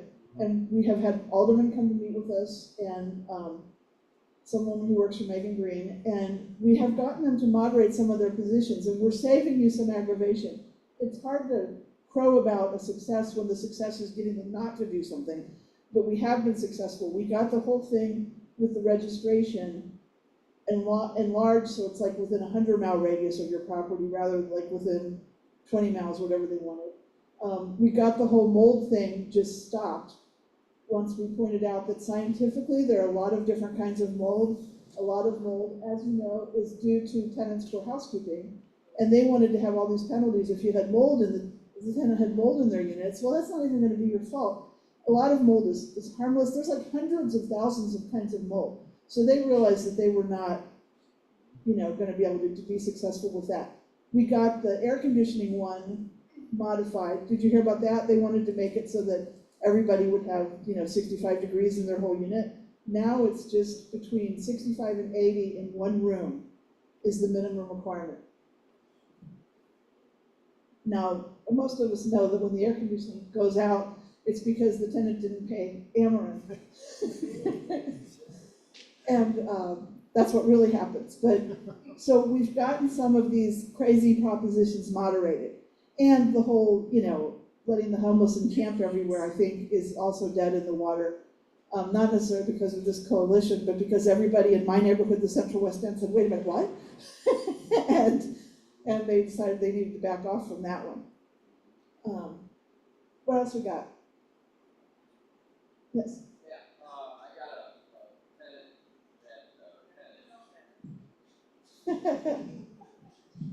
I have some tenants that were supposed to be out by the end of last month. They're still living in the place. They keep on saying they're gonna move out. So the lease is over with. Yes, I can file eviction, but short of that, they're in the process of moving out. Would you send a letter, or what would you do short of an eviction? Well, first of all, their lease is over May 31st, Yes, and they don't have a new lease. no, So first, don't accept June rent, yes. because that creates a new tenancy, right? We all know that. Secondly, when you say they're in the process of moving out, is that them telling you that, or are they actually like packing and? Yeah, they're packing, yeah, and they're moving some stuff already, yeah. Yeah. you know, that's a hard one, because, you know, my belief is that everybody lies to us. Mhm. And, you know, I go to court and negotiate with these tenants all morning, and, even if they're very nice, and I'm nice to them, you know, I'm professional, I'm nice to them.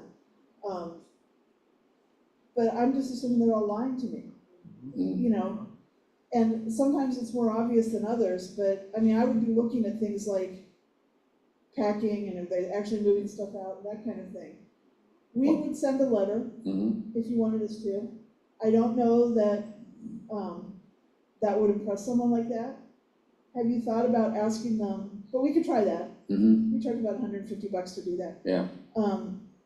Have you thought about asking them for their new address?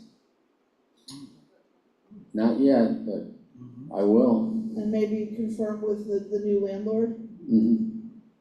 Well, she's moved in with her boyfriend, so that's the new landlord. Oh, that's the new landlord? So I don't think, well, but then I can use a thing that, hey, if you want to have your security deposit back, you know, I gotta know where to send the money. Well, and it sounds like if she hasn't paid rent for June, and it is the 18th Yeah. today, she's using up that deposit pretty quickly. Yes, she is. Yeah. Yeah. And do you know any idea what condition she's gonna leave the place in? No, not good. Yeah. I don't think. Yeah.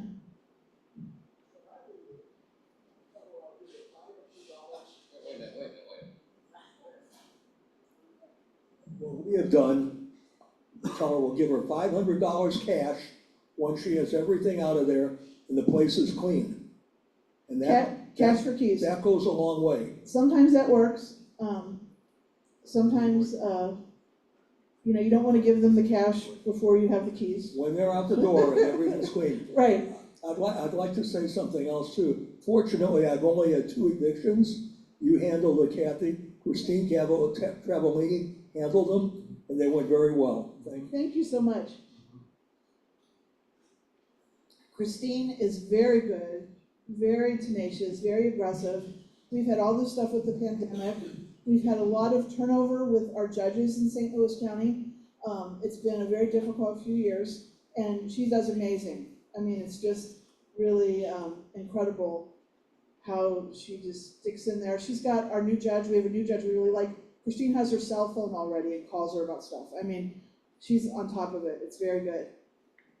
I actually have a question, and then I'm gonna hit you, and I think John has a question as well. Okay. You were talking today about itemizing, so I got my property back Monday through the sheriff.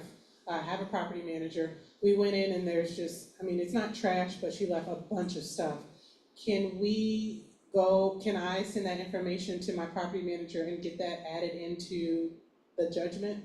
Okay, the judgment that you already took to do the eviction with the sheriff, that's done. But you could sue again for property damage. So first you wanna take pictures. Okay. You wanna itemize and keep receipts for any costs that you have.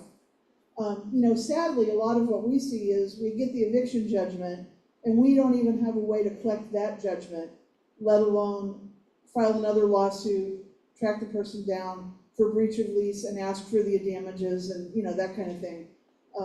So sometimes it's not worth it. Well, you gave me some numbers to hunt her down and collect. Okay. And then I just realized, so I was getting a ghost bill from the water department, and she has about a $1,200 bill that's still on there. So I called them because it was weird. At the bottom it now had my name on it. So I said, hey, what's going on? You know, this is a rental property. And they basically said, because I'm considered the parent on the account and she was the child, if you will, the bill stays with the house. I had never heard of that.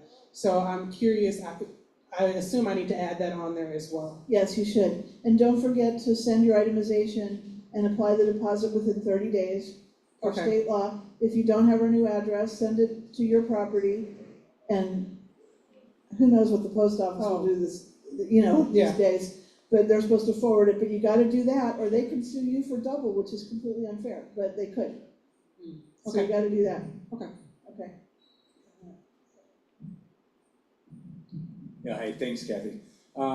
So grounds for eviction, what are they? Okay, Talk about so one. the basic one, 90% of our evictions are rent and possession, which means they owe rent. Rent and possession is pretty easy to do in Missouri. You have to have a landlord-tenant relationship, the rent has to be unpaid. I mean, if the rent's due on the first, we can sue on the second. I don't necessarily recommend that, but you could. And you have to have made demand for the rent. The lawsuit counts as a demand, but we do recommend that you ask for the rent first before you send it to us, see what they're gonna say, or if they're gonna respond, or, whatever. And then you file the rent and possession lawsuit, you'll get a court date in 3 or 4 weeks, and if they don't pay the rent that's due as of the day of court, you can get a judgment. If they don't pay it still, after 10 days, generally the judgment's final, and we can file for the sheriff to meet you out there and get them out. So that's like 90%. Then there are the unlawful detainers. Unlawful detainers are evictions for cause, or at the end of a tenancy, or after a foreclosure, if you're the purchaser of the foreclosure. If you have, just as the situation we just discussed, the end of the lease, don't accept rent for the next month if you want that person gone. And an unlawful detainer, if the lease ends May 31st, an unlawful detainer can be filed June 1st. The unlawful detainer allows us to collect double rent and double damages. Not physical damages to the property, it's kind of amorphous what they mean by double damages, but you can definitely get double rent. If you want to terminate them for cause, we have to have what's called a material breach of the lease. So it can't be just, I don't like the way he looks, it has to be something significant that they're doing that we can terminate. And we will evaluate the reason why you want to terminate and decide whether we can do a full month termination or a 10-day termination.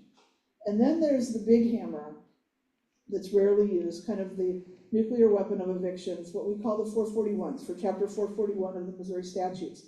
This generally requires a crime. We will not file 441s unless you have called the police and gotten a police report. This is for like shootings, drugs. We had one where they were manufacturing fentanyl in a 4-family and there were children living in the other units. Just horrifying things. It's a really fast eviction. I mean, the court date's in like 10 days and the sheriff will go out immediately if we win. So there are some lawyers, particularly during the pandemic, who got a little loosey about filing these 441s, and they started losing them, and they made it hard for the rest of us. So we're careful. We have good grounds before we file 441. There's one other kind of eviction that's a little more obscure. It's the ejectment. Ejectment is what you have to do after a sheriff's sale. If somebody forecloses on a property and then flips it to you, and you weren't the purchaser at foreclosure, you have to do an ejectment. And the kind of ejectment that I seem to get is kind of the family divorce ejectment, which is where mom has the drug addict kid living with her, mom dies, the rest of the siblings are done with this sibling, and they want them out, but there's no landlord-tenant relationship, and so an ejectment has to be done to get them out. And a lot of times they want to get them out, sell the property, divide up the estate, that kind of thing, but the one kid is a ne'er-do-well. Or the parent dies and they had a boyfriend or girlfriend living with them, and that person doesn't want to move. Those are ejectment situations. I do a fair amount of them, but hardly anybody else does them. And they're harder because they're circuit court, they're a little more expensive, they take longer. Could you speak on consent judgments in regards to what we're talking about here? Well, about half the time in court, the tenant will show up. And if they show up, we try to negotiate a consent judgment with them. Sometimes, based on what we know about the schedule of our judge and when we think we can get a trial setting, we might give them a little bit more than the traditional 10 days just to get them signed to a consent judgment. But the consent judgment is going to be they're going to agree to move or pay within X number of days. Sometimes our clients will give us instructions to do a more elaborate consent judgment that says, if you pay $500 every month on the 15th, plus your regular rent and charges when due until it's all paid off, there's a stay of execution. And that can be a good way to enforce a payment plan, because if they miss any payment, even if it's 6 months down the road, we can have the sheriff put them out. As a private lender, I need somebody that will review both my deed of trust and promissory note. Is that something you would do? Yes. Perfect. And we also do foreclosures. Perfect. Love that.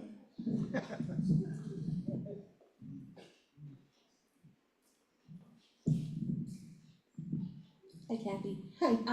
these are probably more questions on the side of what could be in a lease, is that okay to ask? Yep. Or- Okay, so, I understand that there could be a maximum of 2 months security deposit in Missouri? Per statute, yeah. The exception is you can charge more for a pet deposit. Okay, well, that was the second part of my question. Okay. So let's say 2 months rent equals $2,000. Right. 1 month, 2 months. The pet deposit then could be an extra 300 on top of the 2,000? Yes. Is that what you're saying? Yes, Okay, and it can be a deposit, not a fee. It Yes. can be classified as a deposit. yes. Okay, and then second question, if a tenant is asking for a radon test, like they've been living there and they just randomly are asking for one, how is that best handled? Should we do it and then remediate it? Is there any liability that would then come back if it is positive for radon? Is there a reason why they're asking? She asks things all the time, like she's constantly, there's always something. It could be that, who knows, she's like the worst tenant ever. She's just hard. So then when that lease is up, don't renew it. Can you say that louder so my husband can hear that? When He's that on lease, Zoom. when that lease is up, don't renew it. Thank you. Yeah. Hear that, Heath? One thing when we're talking about leases, make sure that your attorney's fees clause, which you must have if you want to be my friend, you must remember the attorneys, make sure that it is not prevailing parties, make sure it's just for you. That the landlord is entitled to collect attorney's fees and costs of collection for any actions brought under the lease. Not prevailing parties, which is, they get the free lawyer and they're gonna threaten to sue you for some BS counterclaim, but you're running the risk that, if it goes against you, then all of a sudden you're owing their attorney's fees too, which are gonna grow to be a lot more than mine are, I can tell you that. And another thing that you want in a lease is a jury trial waiver. Put it towards the end of the lease, put it in bigger font, bold it, make them initial it, but a jury trial is waived for any action under this lease or this tenancy. Do you guys review leases? If we sent you our lease and Yes. say, maybe add these things, that would be something you Yes. guys should do? Great. Yeah. And you provide a lease as well, or standard, I've seen that. Yeah, I think Chris has it on his computer. Yep, Chris has sent me. Yeah. I did have an online question about squatters' rights. Can Oh, you talk yeah. about that a little? Squatters, squatters is really interesting, because I don't think the governor has signed this yet, but what? Okay, there's a bill. It was passed by the legislature, and the person could have signed it, I don't know. I haven't seen anything saying that it's signed yet, but we expect them to sign it.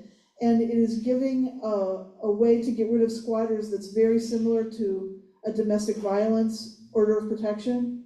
It's a real fast, streamlined way to do it. I will caution you that it has penalties if they're not really squatters. So this is not gonna be a substitute for a regular eviction of a real tenant, okay?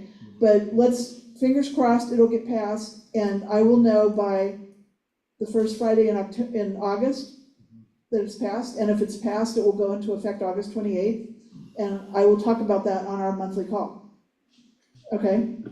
Because the governor has until like the second week of July to sign it, and we think he's gonna. The lobbyists that I talked to and everything thought it would happen. Why isn't he signing it? Well, it won't, whenever he signs it, it won't go into effect until August 28th. I think he's busy sitting other things like appointing judges that we need badly, but, no, I don't know, he probably has a lot of legislation to sign. Actually, maybe he doesn't, because I've heard the legislature was completely dysfunctional this year, but, they did get this one thing done, and we're happy about it, and I like the way it reads, and, fingers crossed it'll get signed and, become law. I think this month and a half that the governor has to sign stuff is just part of the process. And because it won't go into effect until August 28th anyway, yeah. Anybody else? Roger? Yeah. I know I said I'm looking to not go to court, but I'm still going to court, including on one weird one.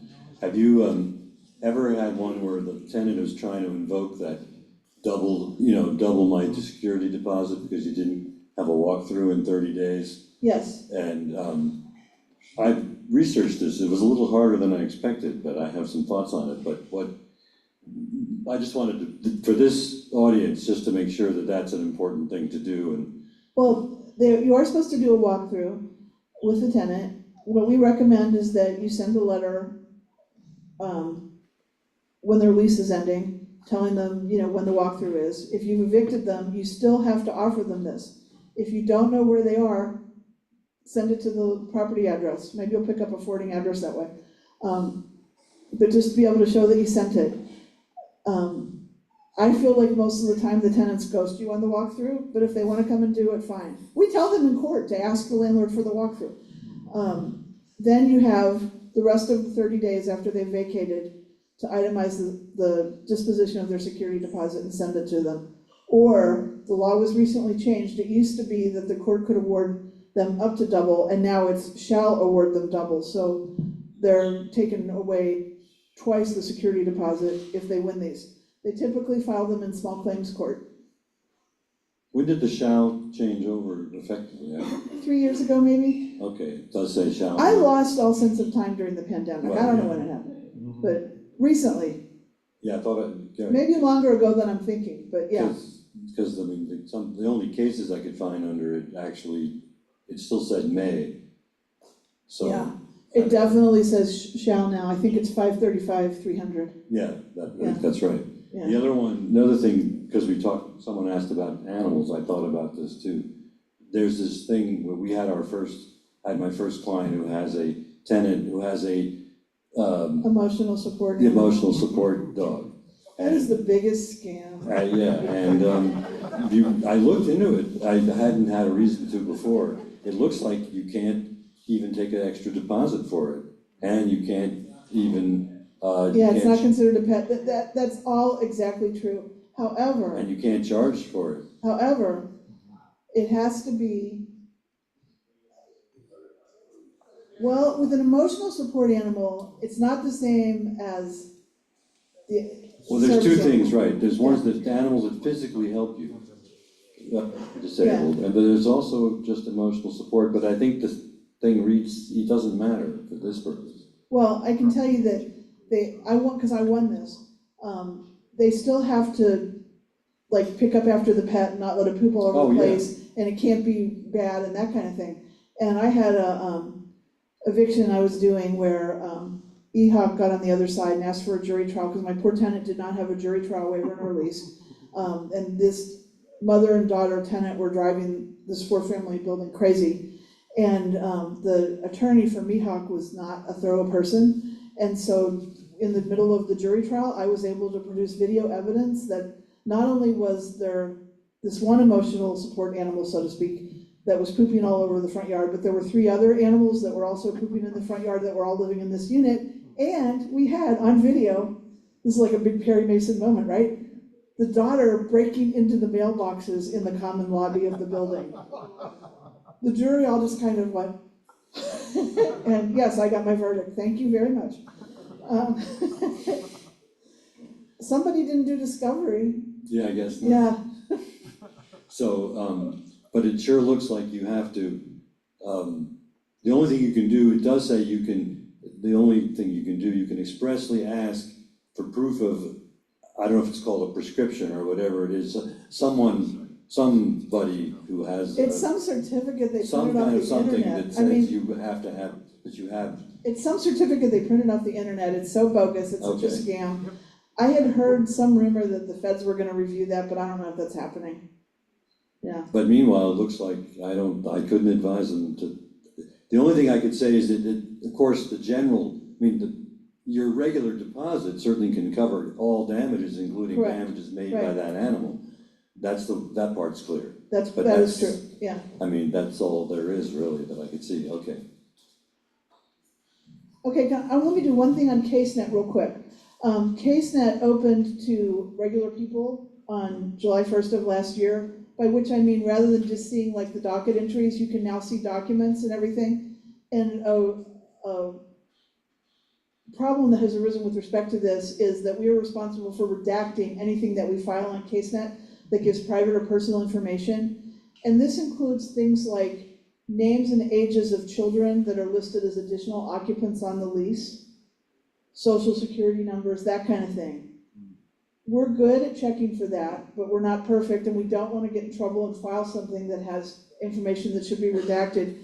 So if you could, going forward, don't put socials on the lease. You put 3 children, but don't put their names and ages. If you want to put those things in there as part of the agreement, do it as an addendum, so I don't have to file that when I'm filing the main lease with my lawsuit.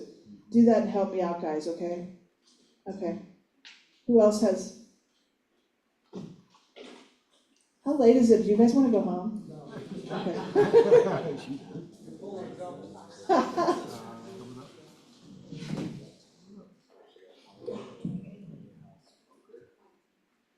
Hi Kathy, I have 2 questions. We have a property manager and these are past, well, one is past, but just to raise it. They're dead?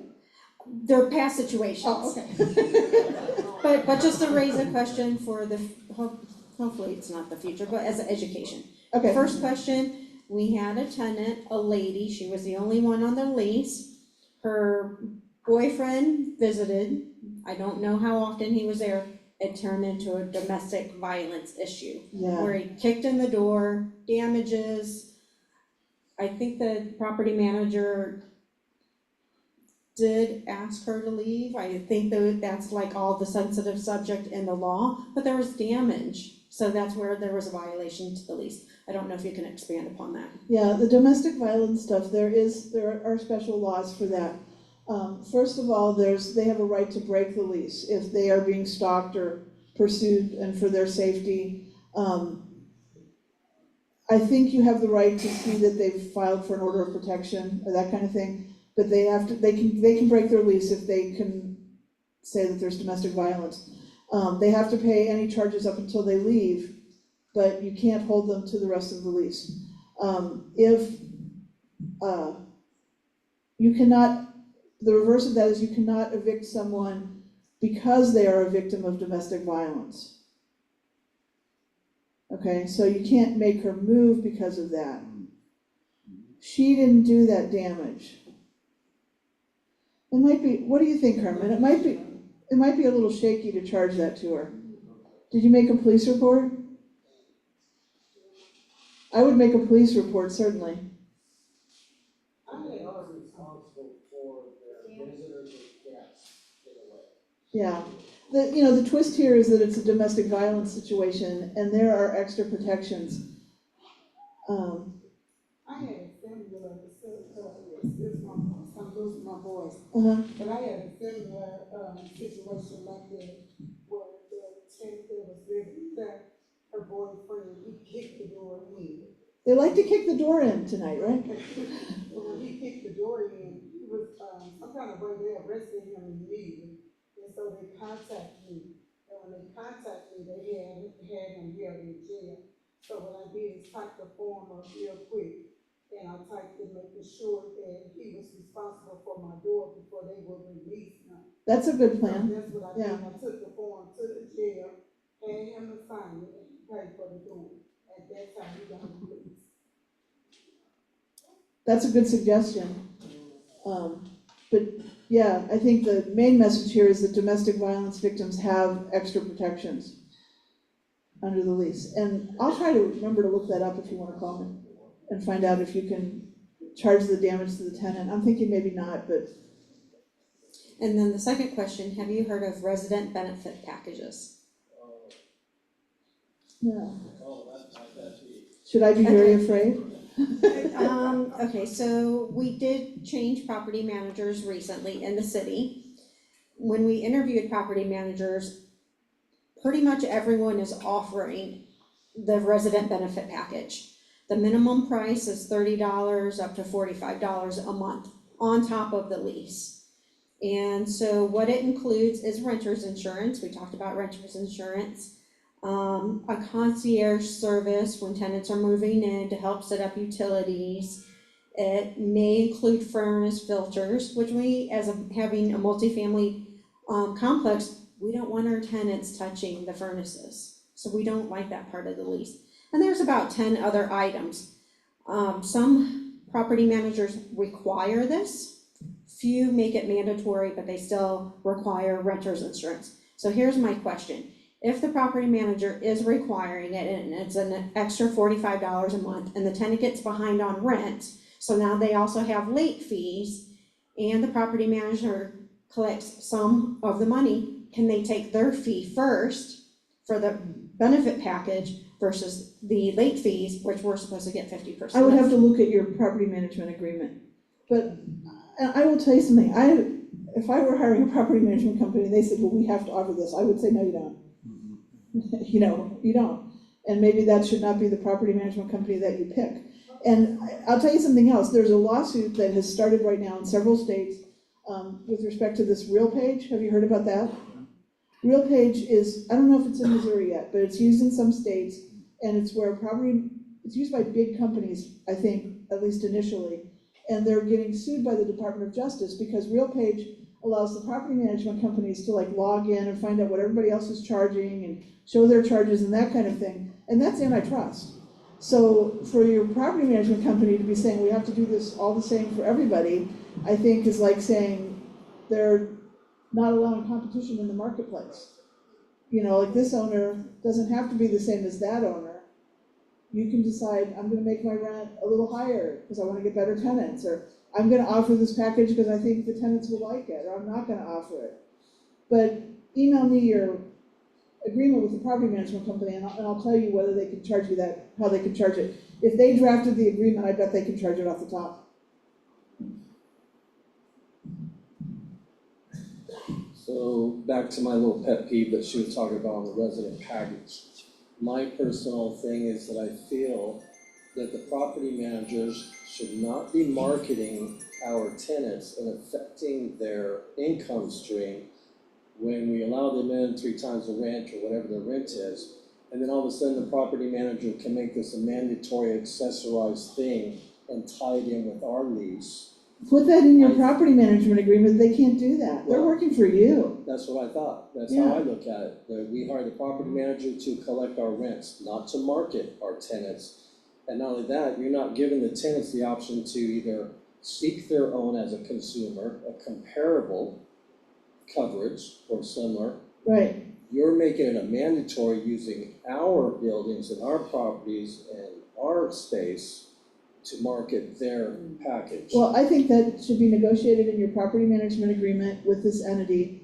I don't wanna throw property management companies under the bus, because I represent a lot of them, but it strikes me that some things in this scenario might be worthy of a report to the real estate board. See, we agree with that too. Yeah. We also feel that if we're providing insurance coverage on our properties against our mortgages or, the property itself, that if they want something like that, they should be having us named as additionally insured on those individual tenant policies. And it should be separate from our lease. Our rents are priority, they're first, that marketing, you sign with the tenants and make it optional for them to seek shopping elsewhere before making it mandatory. I agree with that. All right, thank you. Eric Mason Jr. too.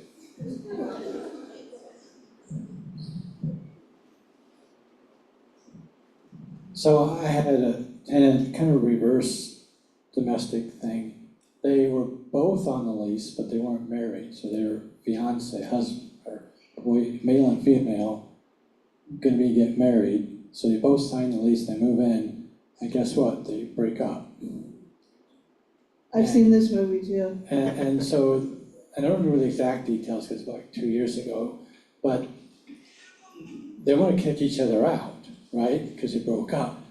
And they're both saying, well, we're on the lease, so we have the right to be there. So they wanted me, the crux was, he wanted me to change the locks on the house so she couldn't get in. And I'm like, well, she's on the lease, so I have to provide a key to the unit. Any advice on that? Well, let me rephrase it. Any advice on future rental agreements that might be able to handle that better? Well, they're generally both jointly and severally liable on the lease. And if they're both parties to the lease, you are liable to both of them to provide the premises and that kind of thing. So you can't lock one out. The only situation where that is an exception is where there's a domestic violence order. Then you might be able to do it, but you need to see that order. I just told him, I don't know what to do. Leave me out of it. I think that's what you told me, right? Yeah. Just, no, I did actually, because, you know, I'm an engineer and I'm trying to figure it out. What can I, yeah, and so that's why I listened to you. And so I just told him, well, you know, somebody better get their rent to me, and I don't care who it is, okay? And I'm not changing the locks because that costs money. I put locks in and they still work. You know, Right. if you want to hide the key from her, that's your problem, Yeah. you know? And they can sue each other in small claims court if they're interfering with each other's tenancies, but you have to still be the landlord to both of them. Okay, guys, so my son and my granddaughter are here from out of town, and then Bonnie and Chris's 2 little children, and the out-of-town grandchild and I are gonna go to the pool tomorrow morning, so that I can stuff them full of sugar and give them back. So it's been great, thank you so much. And I'll see you on our first Friday Zooms, except not July, because it's right the day after 4th of July. Okay, but by August, I should know about the right to counsel and about this water bill. Okay? Thank you.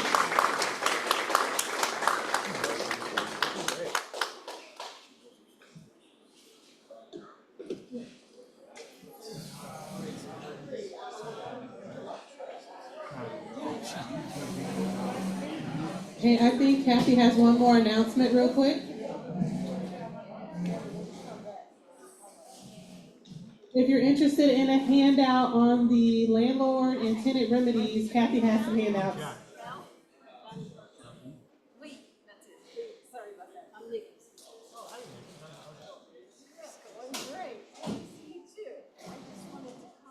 All right, thank you all for today.